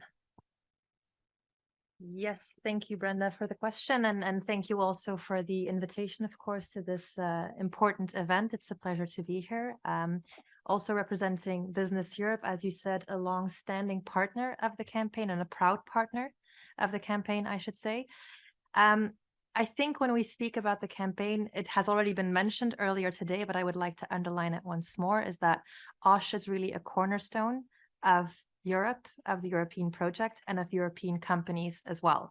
So from Business Europe's perspective, we are always very happy, always very proud to be an official campaign partner, and happy to renew it again this year. It has already been done, so I'm glad to say that we've officially launched from our side as well. I can say what the campaign really brings to us as the European business community is that for us at Business Europe, we view ourselves as multipliers of the message. So a lot of work is being done by EU-OSHA, a lot of materials are being produced, a lot of events are being organized, and we really want to bring that to the national level, the local level, the regional level, the company level, to make sure that everyone who has an interest in this, and everyone should have an interest in this, can get involved. What we really see here, where we see a sort of a pain point over the years, is that it's quite difficult to reach certain companies, to reach certain communities, especially, I should say in this regard, SMEs. It's quite a challenge to get them on board, and to bring the knowledge, to bring the expertise to them that we gather here in these campaigns. So this is a particular focus point for us at Business Europe, and something that we will continue to improve upon in the coming campaign as well. What has already also been mentioned earlier today was this culture of prevention that needs to be established. This has been a focus point throughout the different campaigns that we've seen, and it will be a focus point again for us through this campaign as well. We think this is a very strong point of the campaigns, is really creating this dialogue, creating this open conversation to share knowledge, to share expertise, to share best practices. And it's something that, again, we want to multiply at different levels as well. Now, when talking more a little bit maybe in depth about this campaign and what we want to do on this particular topic, we've heard a lot already in the beginning of this event from the more high-level people coming from the Parliament and the Commission about how this particular topic fits well within the European framework, and I can only reinforce this from our side. We are currently in a twin transition. This is one of the key elements that the European institutions want to highlight, where, of course, the digital transition is one of those key elements. I think it's safe to say that both the green transition and the digital transition go hand in hand. This is emphasized by events like today, which are organized in a hybrid fashion, which of course reduces our carbon footprints, which also opens up again the door to many more participants to participate in events such as these. So I think it is a very timely topic, and it's a very interesting topic. To go back to a question that was asked earlier today as well, about the difference between this topic and the ones of previous years, is I think digitalization is a much broader topic than we've dealt with in the past campaigns. But what I mean by that is in the past campaigns, it was quite clear from the outset where the risks and the challenges lie within that specific topic. If we talk indeed about stress, dangerous substances, MSDs, it's very clear to see where do the challenges lie. For digitalization, it's a little bit more of a broad topic. There are indeed many challenges. Some of them were already mentioned here earlier today, but I really want to highlight as well that there are also many opportunities, especially when it comes to OSH. When we talk, for example, about dangerous substances, OSH, and we heard that one of the focus points of this campaign will be smart devices, wearables. OSH will be severely impacted in a positive manner when we talk about digitalization through smart devices. When we talk about people who are in contact with dangerous substances, who are in contact with, for example, the removal of asbestos, automation, and even digitalization, algorithmic management can really improve the situation for those workers. So it's very crucial to also underline the many benefits that are associated with digitalization. And I think this is really one of the key points of the campaign, and what it has done very well in the previous campaigns as well, is the campaigns really are able to put the focus on the many challenges and risks that are inherent to the specific topic, but also through the sharing of best practices are really able to also showcase the many benefits that are inherent to the topic that we're dealing with. So I think from our perspective, we're really looking forward to showcasing both sides, to really having a platform for sharing this expertise, both in a positive way, but also, of course, not neglecting indeed the inherent risks or the challenges that the European companies will face when going through this digital transition. Thank you. Thank you very much, Zine, for that comprehensive answer. I'm just curious to know, will you discuss this and in your internal Business Europe Health and Safety Committee? Is this a priority for you? Definitely, yes. The campaign is always a topic on the agenda of our health and safety working group meetings. Yeah. It is something that our members are always very interested in. Right. And it also provides them a platform and an opportunity to share what they are doing. So when earlier it was asked, how can stakeholders come into contact with one another? Within Business Europe, we have already this internal platform available where the different stakeholders can really exchange with one another. So I would say this is definitely an added value that Business Europe can bring. And again, this is our role as a multiplier of the message, how we can really, add on to the campaign in our specific role as social partner. Yeah, thank you. Thank you for that. Ignacio, do you remember the questions I asked, or do I have to repeat them again? Do you think you could manage there? Yes. Okay, I'd be delighted to hear what your point of view is from the European Trade Union Confederation. Thank you, Brenda. Yes, I mean, I was taking diligently notes of all the questions. So, well, with regards to the first one, being member of the campaign, being a partner of the campaigns of the agency EU-OSHA is very important for us. Something that we are systematically saying is that we are very happy with the fact that our political demands are aligned with much of the research and the campaign products which are delivered by the agency in such a way that we systematically make use of the scientific evidence which is provided by the agency to support our demands when negotiating with our partners or making also our advocacy work towards the European governing bodies. When it comes to the lessons learned from the previous campaign to musculoskeletal disorders or the many previous ones, well, something that we believe is a key element for the success of the campaign is that we, as partners of the campaigns, as social partners, trade unions, we make our best to bring the campaign to the national level and beyond, to the sectoral, to the company level. For this, many elements should be taken into consideration. Issues such as adapting the language to the worker is something that our members are constantly striving to do with your help. The issue of the language, of course, which provides richness to the European Union, but of course, I mean, it doesn't come without a cost in terms of financial and human resources. So we believe that this is something that is a lesson learned from previous campaigns and should be further promoted. And on this question, last but not least, very important is the tripartite approach of the agency. We believe that this provides added value, European added value to the work of the agency, and promotes democracy, industrial democracy. So that is something key for the campaign and the functioning of the agency with this management board, which tripartite constituency. With regards to the next campaign, elements that should be considered, well, this element of the tripartite approach and providing for industrial democracy, social dialogue, collective bargaining is key when it comes to digitalization.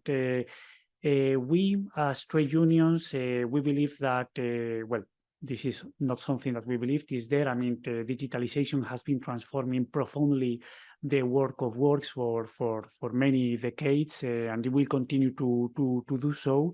And we as trade unions, we want to harness the opportunities brought by digitalization, but also to mitigate and anticipate the risk. So when it comes to the opportunities, we do not oppose to the fact that digitalization isn't the physical burden of the job.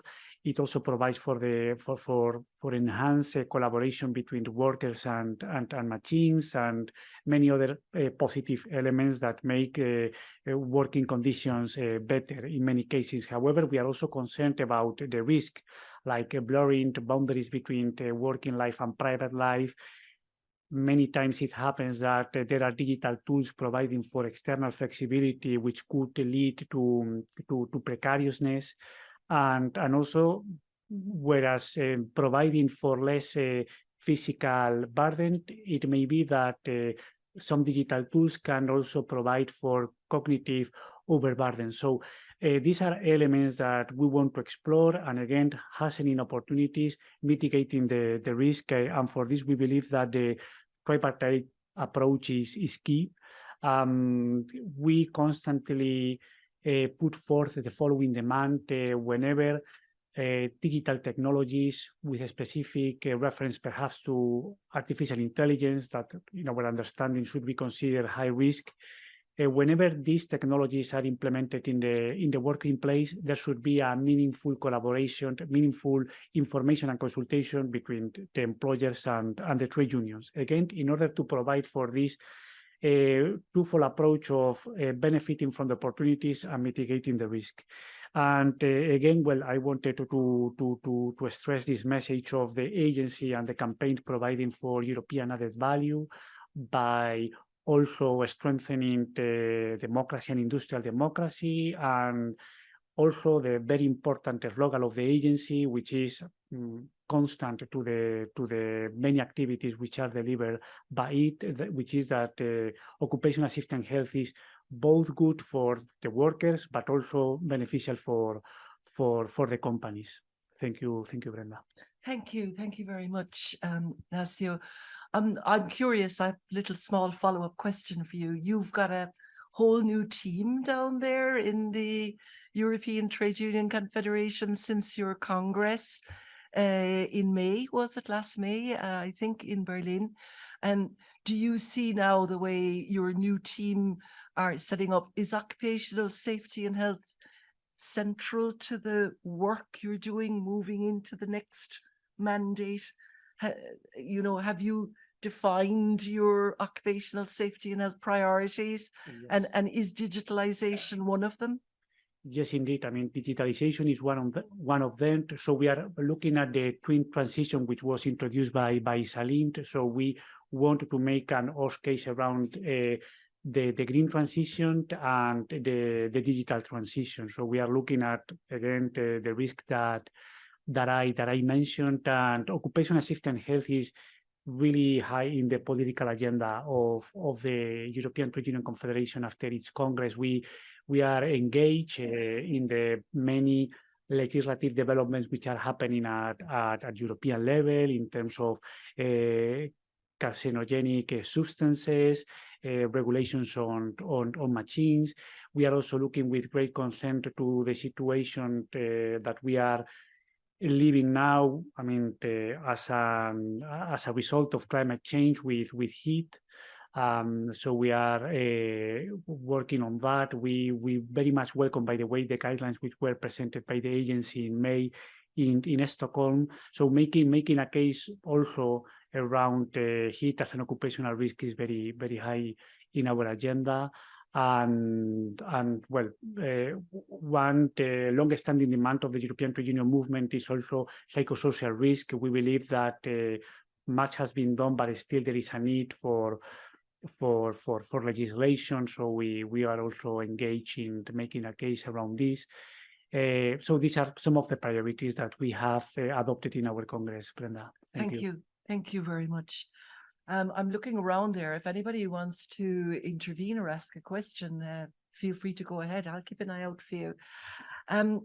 Andresa from Siemens, I notice you've a background in chemical engineering, and Mireia, your background is in biology, and then you subsequently went on to become to get a master's in health and safety. Both of you very technically engaged in the world of occupational safety and health, one with a multinational company and one with the European Network of Safety, Health and Safety Professional Organizations. For both of you, what was your experience being involved with us in the last campaign dedicated to musculoskeletal disorders, Lighten the Load? How did you benefit from everything that went on during the last campaign, and how did you get on with meeting the other partners and exchanges? Would you like to kick off, Andresa? Yes, sure. So first of all, thanks a lot for having me here today. Siemens is a long partner in the campaign, I think since the beginning, right? And it's proven that we are again set for this campaign because we see the value in it. As a multinational company, we are operating small countries, big countries, so all exchange is positive because we can translate the needs of the ground to strategies. The last campaign we use not only for the European in a, let's say, corporate perspective, but we enable our teams to work at the ground. And we connect already with the upcoming campaign that was digital. For example, we introduced an app to support analysis of ergonomic risks. With a mobile, our colleagues all over the world can assess their own risks and having a meaningful conversation. And for me, is where the value and the benefits of the campaign is that we do the democratization of health and safety. To all levels, not only professional to professional, but engage the leaders, the supervisors. And here, talking to each other, we learn how we can do better together. How can we talk not only the technicality, this OSH wordings that sometimes is very, very difficult, musculoskeletal disease, risk assessment, matrix, but we said, how can we be healthy, safe, and successful? And then is the anchor that we use and that we value this exchange among all those partners in this exchange, in this process of thinking, process in development, and challenge ourselves. How can we do differently? And we learn from each other because we have, although we are in Europe, we have different realities. Each nationality, each company, and this where we can profit from this campaign. We can profit from, learn from each other, and to make the difference to the people that are there, exposed to the risk, to the difficulties of the daily routine, pressures, and so on. Thank you. Thank you. And just a quick follow-up question. From being together with people like we have in this room, whether they're from other multinational companies or whether they're from alliances such as ENSPO, have you found that enriching? Oh, yes, of course, Brenda. Another topic that is always, I remember one of our campaigns discussion, I think it was Natalie from SAP, thought about how they translate some topics and check in for the people work. And we got that learning and said, can we launch a campaign about movement and connect this, you know, especially during the pandemic where we had a lot of, I would say, telework that we were not used. We're not going to the restaurants to get our meal. We just go to our own kitchen, and we start to challenge. So we launched a campaign that was join the movement to really bring the knowledge of how the musculoskeletal disease, this aesthetic work can impact our health and well-being. And afterwards, we connect that to mental health. Yeah. So, and everything is part by one, if I'm not mistaken, was SAP that just show their best practice, and we said we can go and implement something similar. We adapt to our reality, and this was a corporate campaign, so the whole Siemens, and we are talking about 300,000 employees all over the globe. Yeah, well, that's a very concrete example. Thank you. Mireia, what was it like for you being involved with the last campaign with us? How did ENSPO benefit from it? Well, first, I would like to say thanks to the European Agency. For us, it's always a pleasure. Of course, we were born under the umbrella, so I think that since our beginning, we have been involved in all the campaigns. From my side, I was, really involved since July last year, because we get inside the board. But since I get not inside the board, what I have done is to take the materials, and those materials that has not been published in our languages, we try to translate into our languages, because our aim is to make easier for the professionals to get the tools. I mean, sometimes are so technical, so academia, so they have to be more practical for the OSH professionals. So that's what we have tried to do sometimes. About ENSPO, last December, we have a webinar. We organize a webinar with all our network where the agency participate, and Yula from the Ergonomic Federation, because we try to explain what was the results of the last campaign, MSD campaigns. So we explained to our members and to our network what was the benefits and all the things related to the MSD, because it was a huge provider of information coming from this campaign. The benefits, okay. From our side, we have to say that we are a network, so we always have networking. This is our aim, this is our soul. So yesterday, we in the steering committee, I am so glad to say that we have been collaborating with many of the members of the steering committee, and we open to work with everyone, because the benefits is you always learn. We are OSH professionals, and we are not know everything, So only to listen and networking and speaking, you are the enrichment of to be part of the campaigns. And the other part for us that is so important is the case of studies. Why?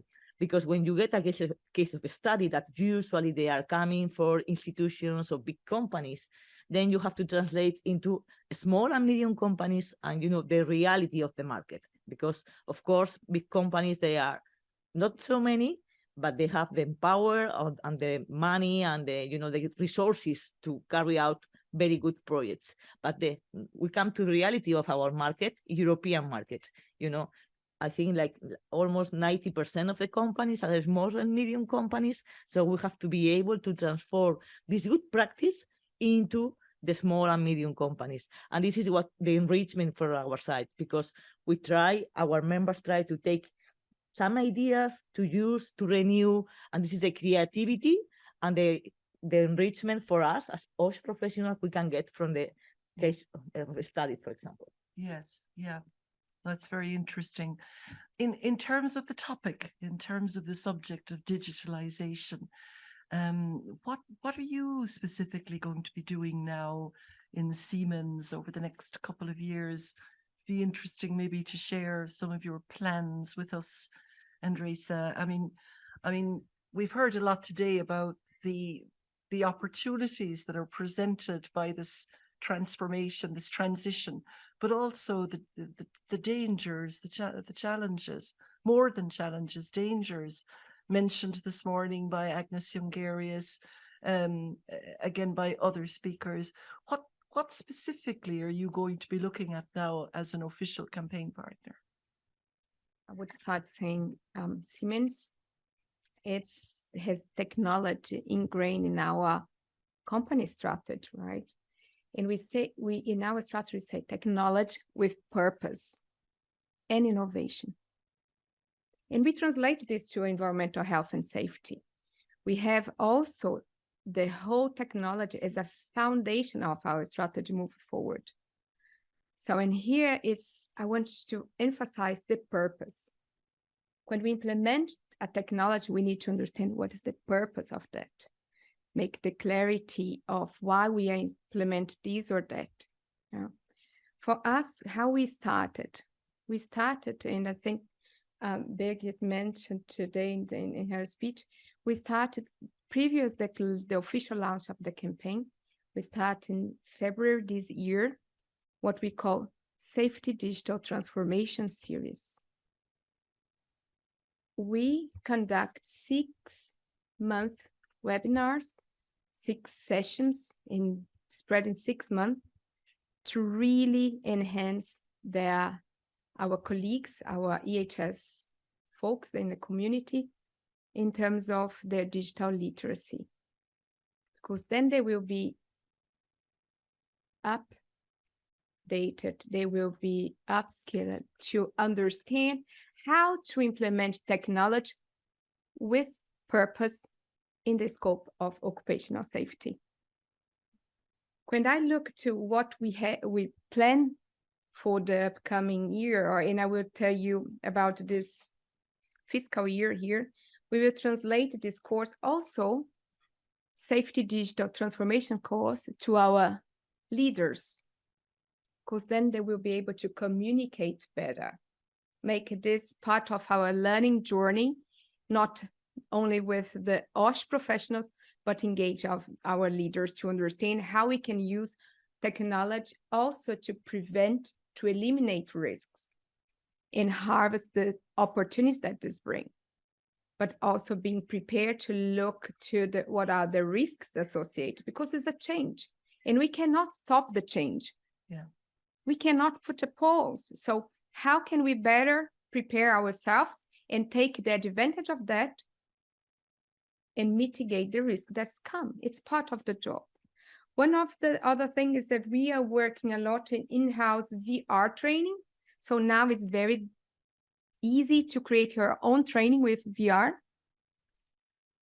AI machine learning, we want to look to predict of incidents or first sparkling of risks that maybe is not crystal clear for us, but AI machine learning can help, we hope. Of course, continues investing in the ideas of our community in the whole world. Support pilots, support programs. We have been used technology, is not new for us as a technology company.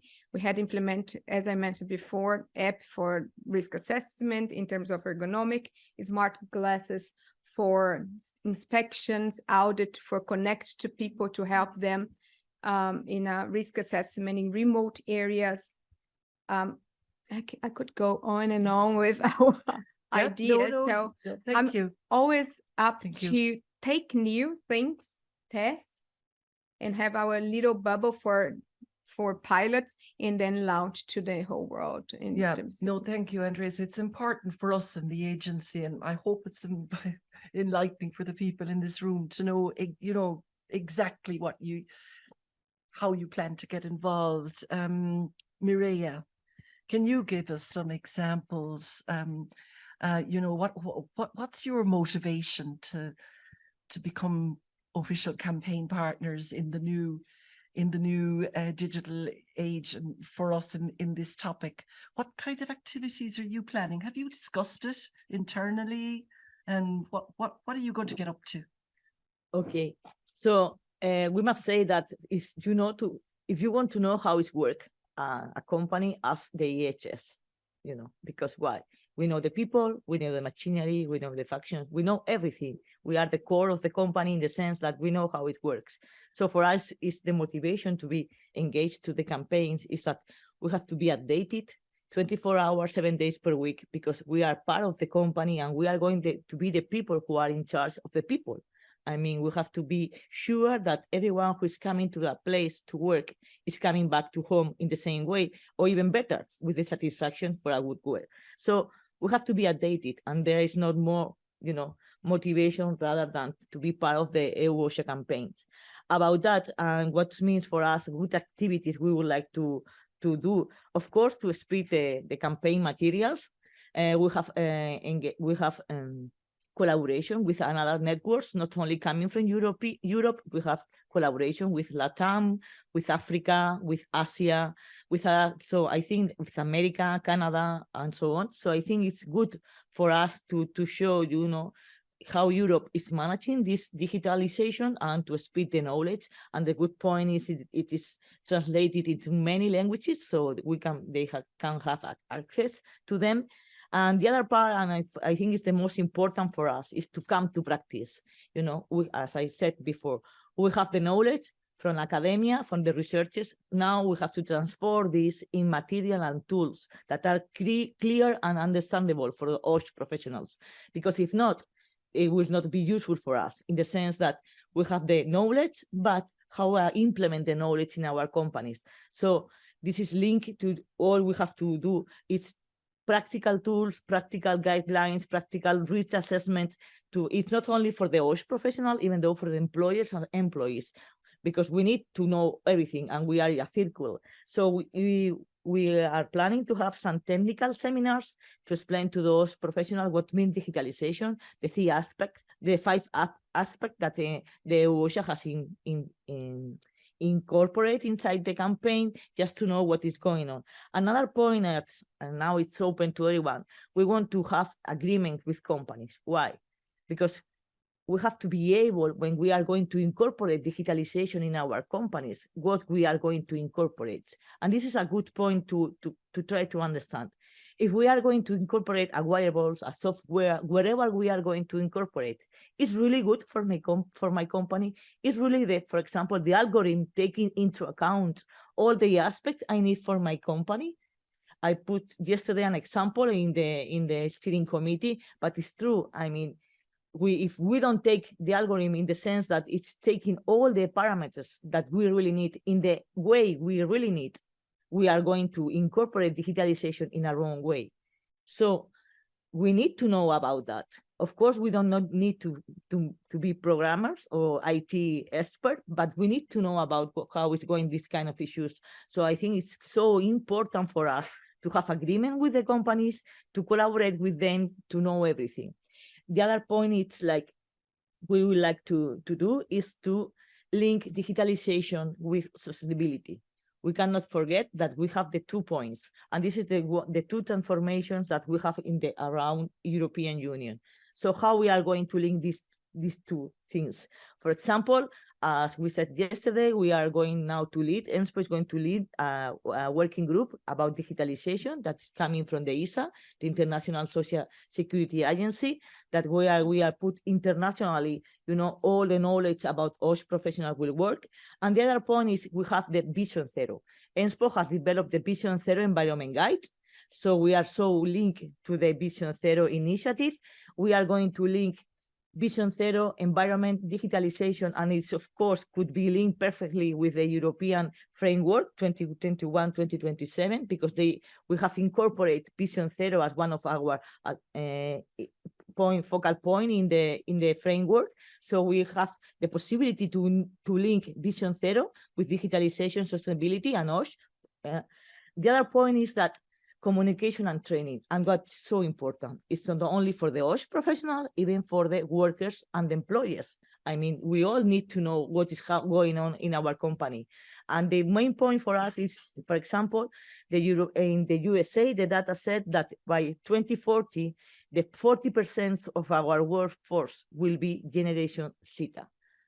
Imagine, Generation Zeta, they are totally digital. And in 2040, I will be nearly 60 and hopefully nearly to retire. So what means? That means that, I mean, I will have someone under mine or behind me that is totally digital. Am I not digital? What's going on? We need to incorporate programs of communication, programs of training, because if not, we are managing not only technical problem, but psychosocial risks too. So aging, that it was mentioned before, it's so important, but really communication. So imagine that right now, maybe it depends on the country you are from, the communication could be transversal, directly vertical, or whatever. But Generation Zeta, they don't understand vertical communication. They stay straight, because they have grown up in a different way of us. And this is not talking about 20 years. I'm talking about 7 years. 7 years is like that, so we have to be aware of these kind of issues. And of course, policies, regulation are so necessary because the digitalization, the AI is changing every day, so we need some kind of regulation, guidelines to know what we are going to, how to manage these kind of issues. At the end, we are open to collaborate with any kind of projects, committees, seminars, webinars, what we can be part just to improve the work environment. Well, having heard that, I would say you cannot be accused of lacking ambition. There seems to be a lot on your agenda there. May I come back for a moment? You spoke about looking at the 5 priority areas of our campaign and organizing technical seminars or technical seminars based around our 5 priority areas in the campaign. So how do they work, and are they particular countries involved, or is it all online? Can anyone join? How do they work? Well, we have now to program them, and we are waiting for the launch of the campaign because we would like to link to the program of the campaign. Of course, we will count with the EU-OSHA to participate in the webinars because you are, the ones who lead the campaign. But what we have been doing the last year in our technical seminars, webinars. Sorry, I said seminar, but it's webinars. Webinars. Okay. What we do is we ask some professionals, experts on the issue or topic we are going to talk. So we make 1 hour webinar where the topics are explained, and we usually do coming from institutions, EU-OSHA, coming from expert on the material and the company to explain how they implement. In that way, when you have an overview, about what's going on about this specific topic. So we're invited. Of course. Great. Good. I just wanted to make sure that we're in there. Okay. You are the main. Ignacio, can I ask you a little bit about, concrete actions that you see ETUC being involved in the future, you and your affiliated organizations? And have you considered already in your health and safety group, the way forward around this topic? Yes, indeed. So, thank you. Well, the activities of the agency are a standing point whenever we are organizing meetings, and we meet rather often 2 to 4 times per year. We are engaged, as I said previously, on the challenges brought by the twin transition. We have a project we are going to organize in 2 weeks' time, a seminar in Greece, but well, that one is more focused on risks associated to climate change. But in early 2024, we are going to have a meeting around digitalization and occupational safety and health, and we very much look forward to integrate the activities of the agency in the framework of this seminar. We also launched our own campaign following the very much awaited demand for zero death, which is included in the strategic framework. And well, many ministers across the EU has endorsed the manifesto. The last one 2 weeks ago, the Minister for Labour and Social Affairs of Denmark. So we are constantly trying to also link our demands. It's not only about zero death. We also look at preventing accidents and occupational diseases. And again, we are always trying to establish the link between what we demand at political level and the scientific evidence. And of course, we are well aware that there is a lot of OSHA knowledge across the globe, but we mainly use the data provided by the agency. So as said, very close to our heart and our activities, the actions of the agency. Thank you. I'd like to ask you and Ghislaine a question, and you'll probably kill me afterwards. But I did wonder, can you tell us anything about the negotiations that are going on at the moment about future, about, you know, the right to disconnect and workplaces of the future? I know you're working quietly away on this, but is there anything you can tell your friends here about how these negotiations are going? I'll take it. No, we of course are aware that this is a very important topic and indeed fits very well with the priorities set out in the campaign. Ghislaine, would you just spend 2 sentences explaining what they are to people who are not involved? Of course, sorry, of course. So indeed, the cross-sectoral European social partners, of which Business Europe and ETUC of course belong to, but we are also accompanied on the employer side by SME United and SGI Europe.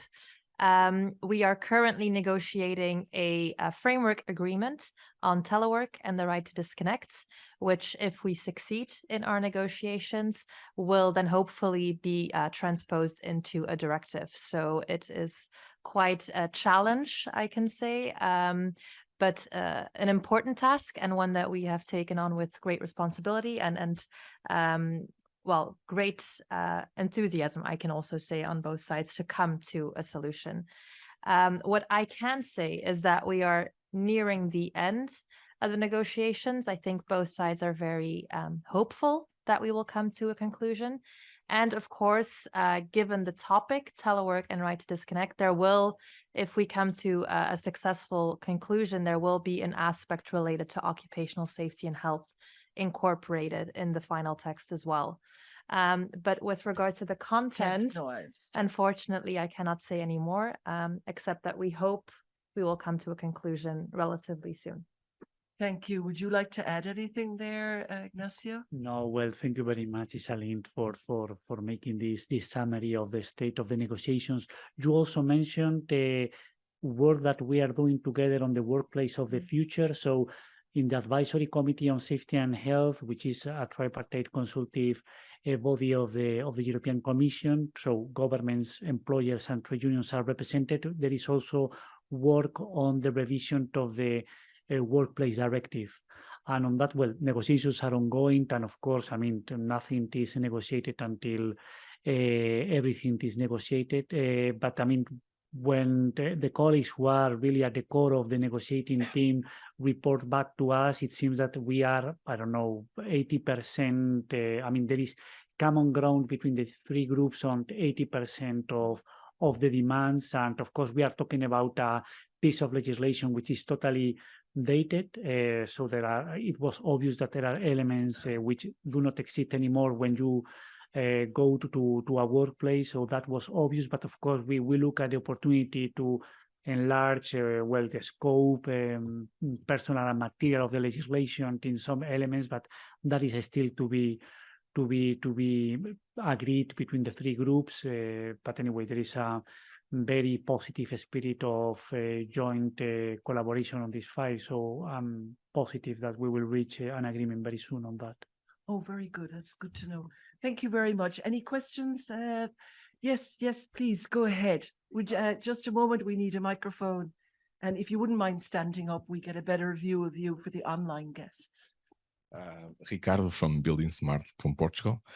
I would like to ask a question, but it's more a position, not a question. But you know about the digital product passport that the European Health and Digital Executive Agency is promoting.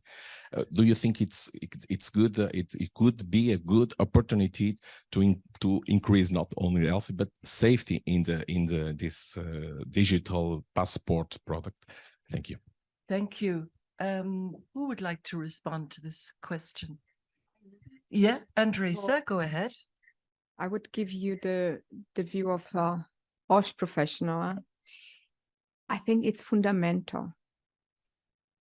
Yeah, if we are talking about a product passport, if we are talking about the focus on environmental, social, and governance perspective, it's fundamental that we look to safety not only for the exposure to substances, but how we use the product.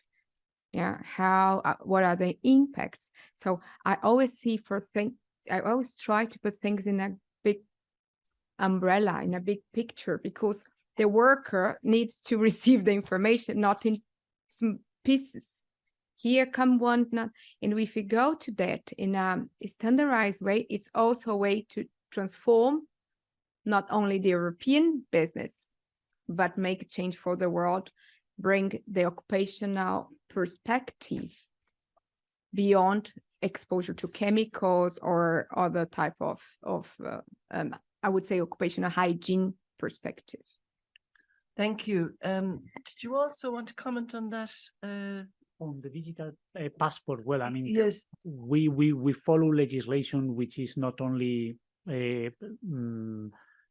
social legislation having an impact on occupational safety and health, like regulations on machines, non-road machinery, the very much awaited revision of the REACH regulation, but I should admit that the digital passport, well, has not fall within our priorities. So sorry, I cannot comment on that one. Okay. Thank you. We have another question here. Please, you just have the microphone. Yes. Yeah. Szabogyula, representing Federation of European Ergonomic Societies. So the last campaign was a great success, and we were very happy to participate because it was full of ergonomics, and it seems the next campaign is again ergonomics. And I see the advantage for both the agency and the federation. So we contributed to the campaign material. All of you has an ergonomics, I guess, in your companies, and I will use your presentation tomorrow in my lecture. So it's great. And I think all of us are very happy with this campaign. But my concern is those who are not here. So those are maybe at risk, maybe where the company or the situation is not so safety aware, you know. So I want to ask you all, how you think you can use this campaign to improve the health and safety situation at workplaces? So, for example, Ignacio, where the trade union maybe are not present, or maybe there are no safety representatives. So easily where maybe the management is not so safe interested. Or Andresa, maybe through the supplier chain or in your partner network. And I think, Mireia, you have the worst situation because you need to give some firepower to your members, to OSH professionals, to go to companies where safety is not a priority. So, Brenda, you don't have questions, but maybe William, you can jump in Brenda's situation. Yeah, I'm absolutely going to bring William into that one in the end. So would you like to respond there, Maria? Well, that's why I told that we want to bring, all the material into practicals and tools and make easier. Of course, this has been our challenge from the beginning, from the directive in 1989 to bring the companies, the concept, the prevention culture to incorporate health and safety in their management system. This is our main goal from the beginning. But of course, after 27 years, the things have changed, but still the only way to open the campaigns materials to everyone is when you make clear and understandable language to all of them, because if not, they are not going to understand what you're talking about. So sometimes the OSH professional language is complicated for the employers and employees. So we have to transform our language, and this is based on communication and our own knowledge on how to transmit, and to transform these kind of issues. And this is what we are going to do during the next 24 months, try to transform a clear language to bring the EU-OSHA materials and all the partners to all the companies as much as we can. Thank you very much. Andresa, what can you do for the people who are not here, the people who are outside Siemens, maybe outside this privileged community? How do you think we can move forward? As a big player in the market, we are social responsible, right? In not only in the aspect of engage the community in the social, but also how to make them aware about the risks for a safety workplace, because this is fundamental rights to everybody. I can give you one example how we put this in actions. I think we have implemented a long time ago, and we make even more options for digital trainings. For example, in India, where we have a big community and a different culture, if we compare, where we use a Siemens training center in one of our manufacturing plants, and where we train not only our contractors, but the contractors of some customers and suppliers, using not only the normal training for work at high electrical safety, but also translate this to digital and have VR trainings where they can experience a different environment. So, and I think this is when you can put into motion your social responsibility, where you can really act. And we had done this in Egypt, and also in Europe. So we are using our technology, our knowledge, to spread and simplify OSH to everybody work there.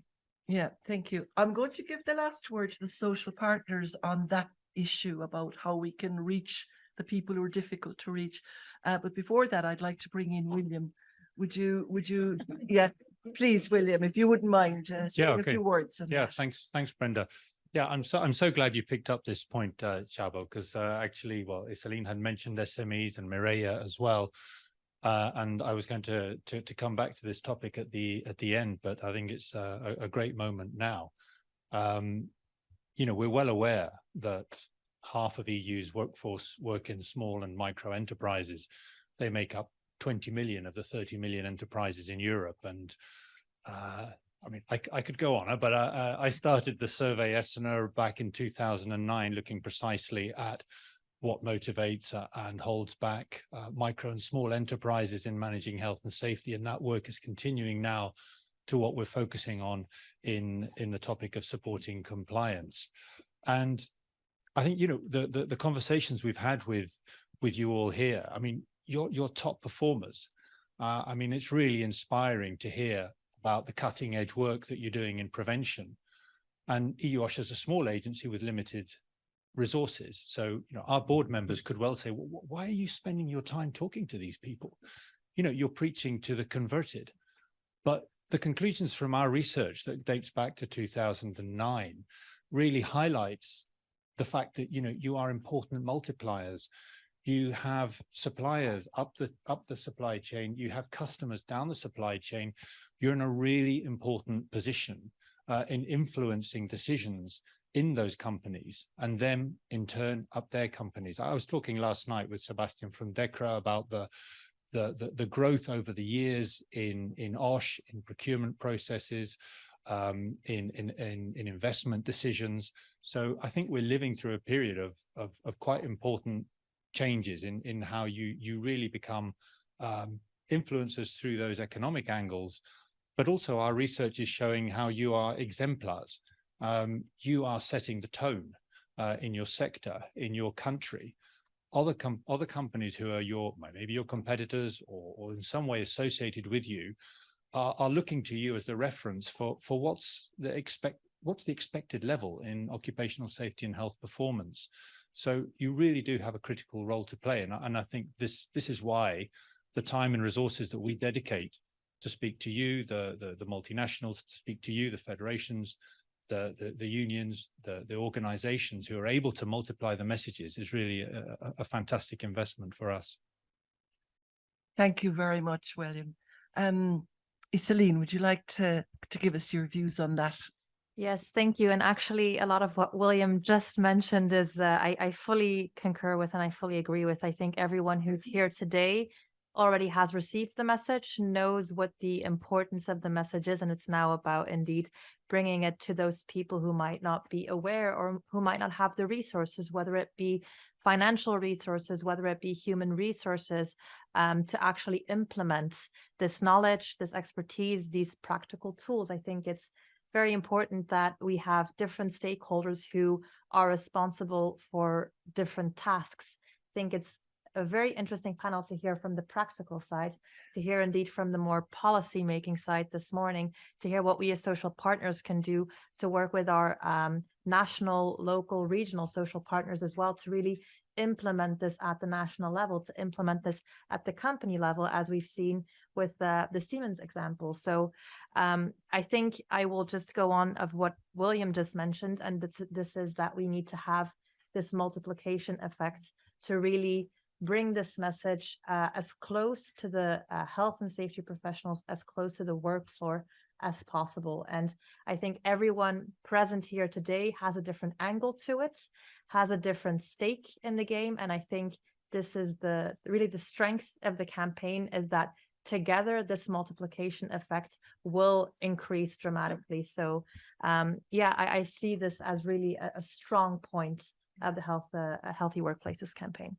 Thank you, Celine. So Ignacio, thank you. Yes, no, it was a very good question. I believe that from a trade union perspective, the best way to bring the campaign of the agency to vulnerable groups, so from a trade union perspective, is to organize these persons, these workers into trade unions.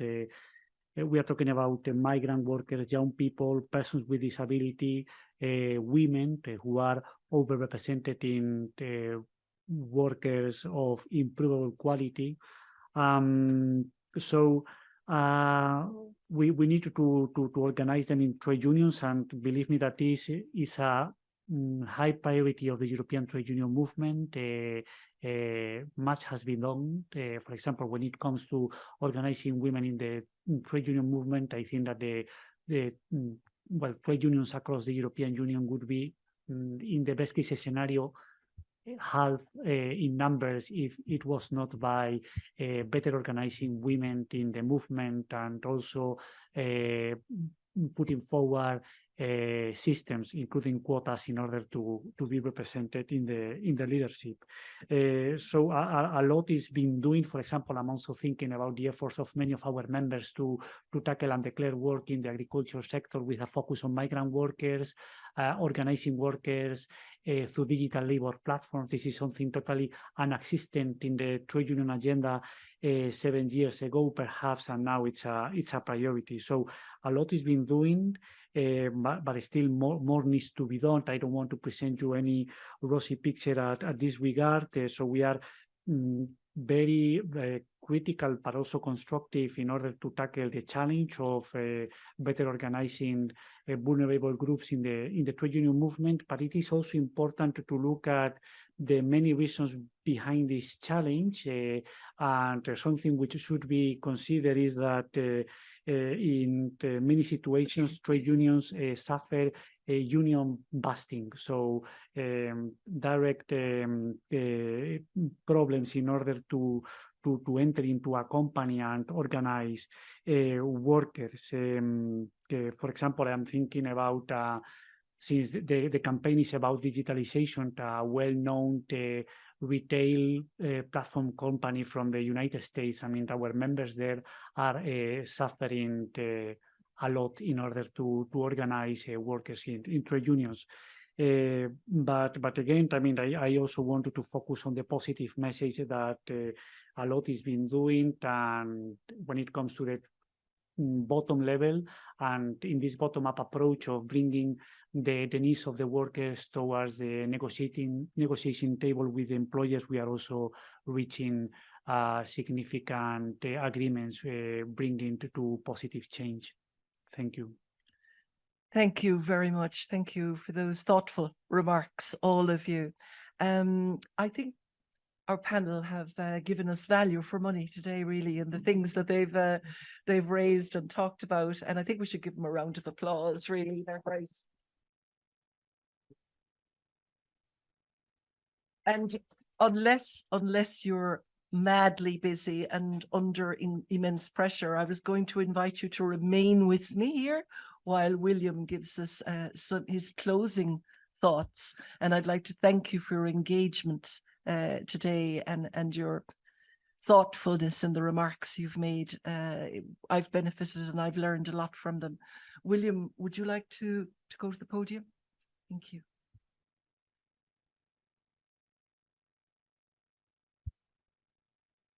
Yeah, thank you, Brenda. And yeah, it's a real honor to be able to bring this this meeting to a close. But I would like to give a big thanks to everyone who's participated in these inspiring contributions. There have been some fantastic discussions, as not only yesterday in the steering group, but then today, even in the coffee break, all through the meeting. In particular, highlighting both the challenges and the opportunities related to the topic of this campaign. And I think what really comes across, as I was just saying now, is the overwhelming sense of commitment, interest, enthusiasm, and really a willingness to collaborate and to make a difference, you know. And as I was saying just now, your contribution really is essential. We've got the campaign launch really just around the corner, and looking back at the previous campaign, you know, we had a fantastic level of dissemination and outreach to workplaces. We heard earlier that some partners want to actually continue still on the topic of the previous campaign, which is fantastic.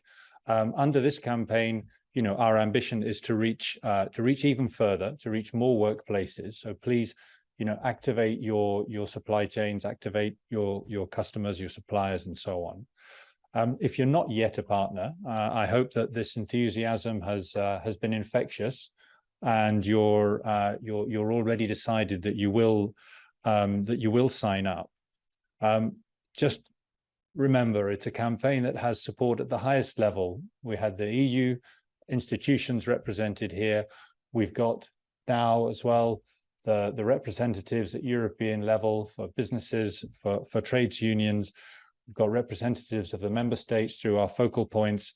It really is an opportunity to be part of the biggest campaign on occupational safety and health in the world on this incredibly topical topic.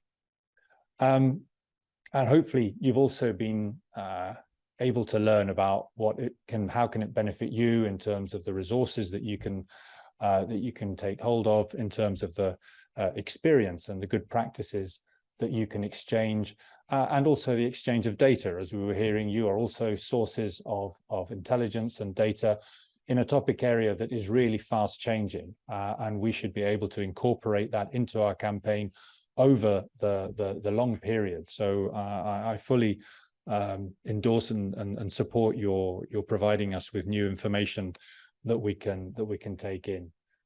I think the roundtable's been fantastically stimulating. Really great to see the messages from the practical side, from the business experience, and a wonderful alignment amongst the social partners. I think occupational safety and health, as we heard earlier, is really a topic where all sides have the same ultimate goal. Maybe there are differences about how we actually get there, but the ultimate goal certainly is shared.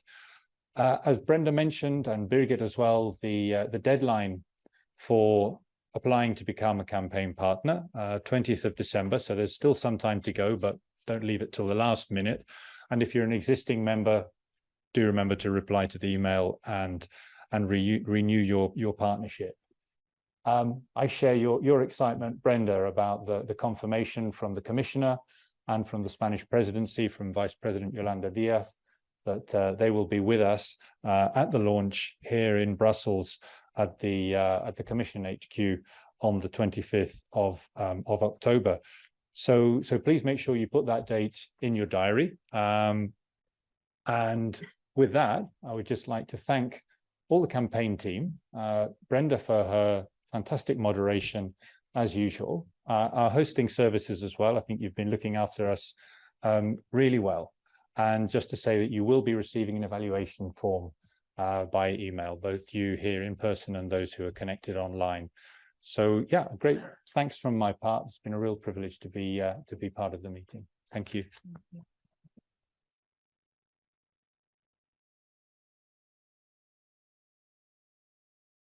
Thank you.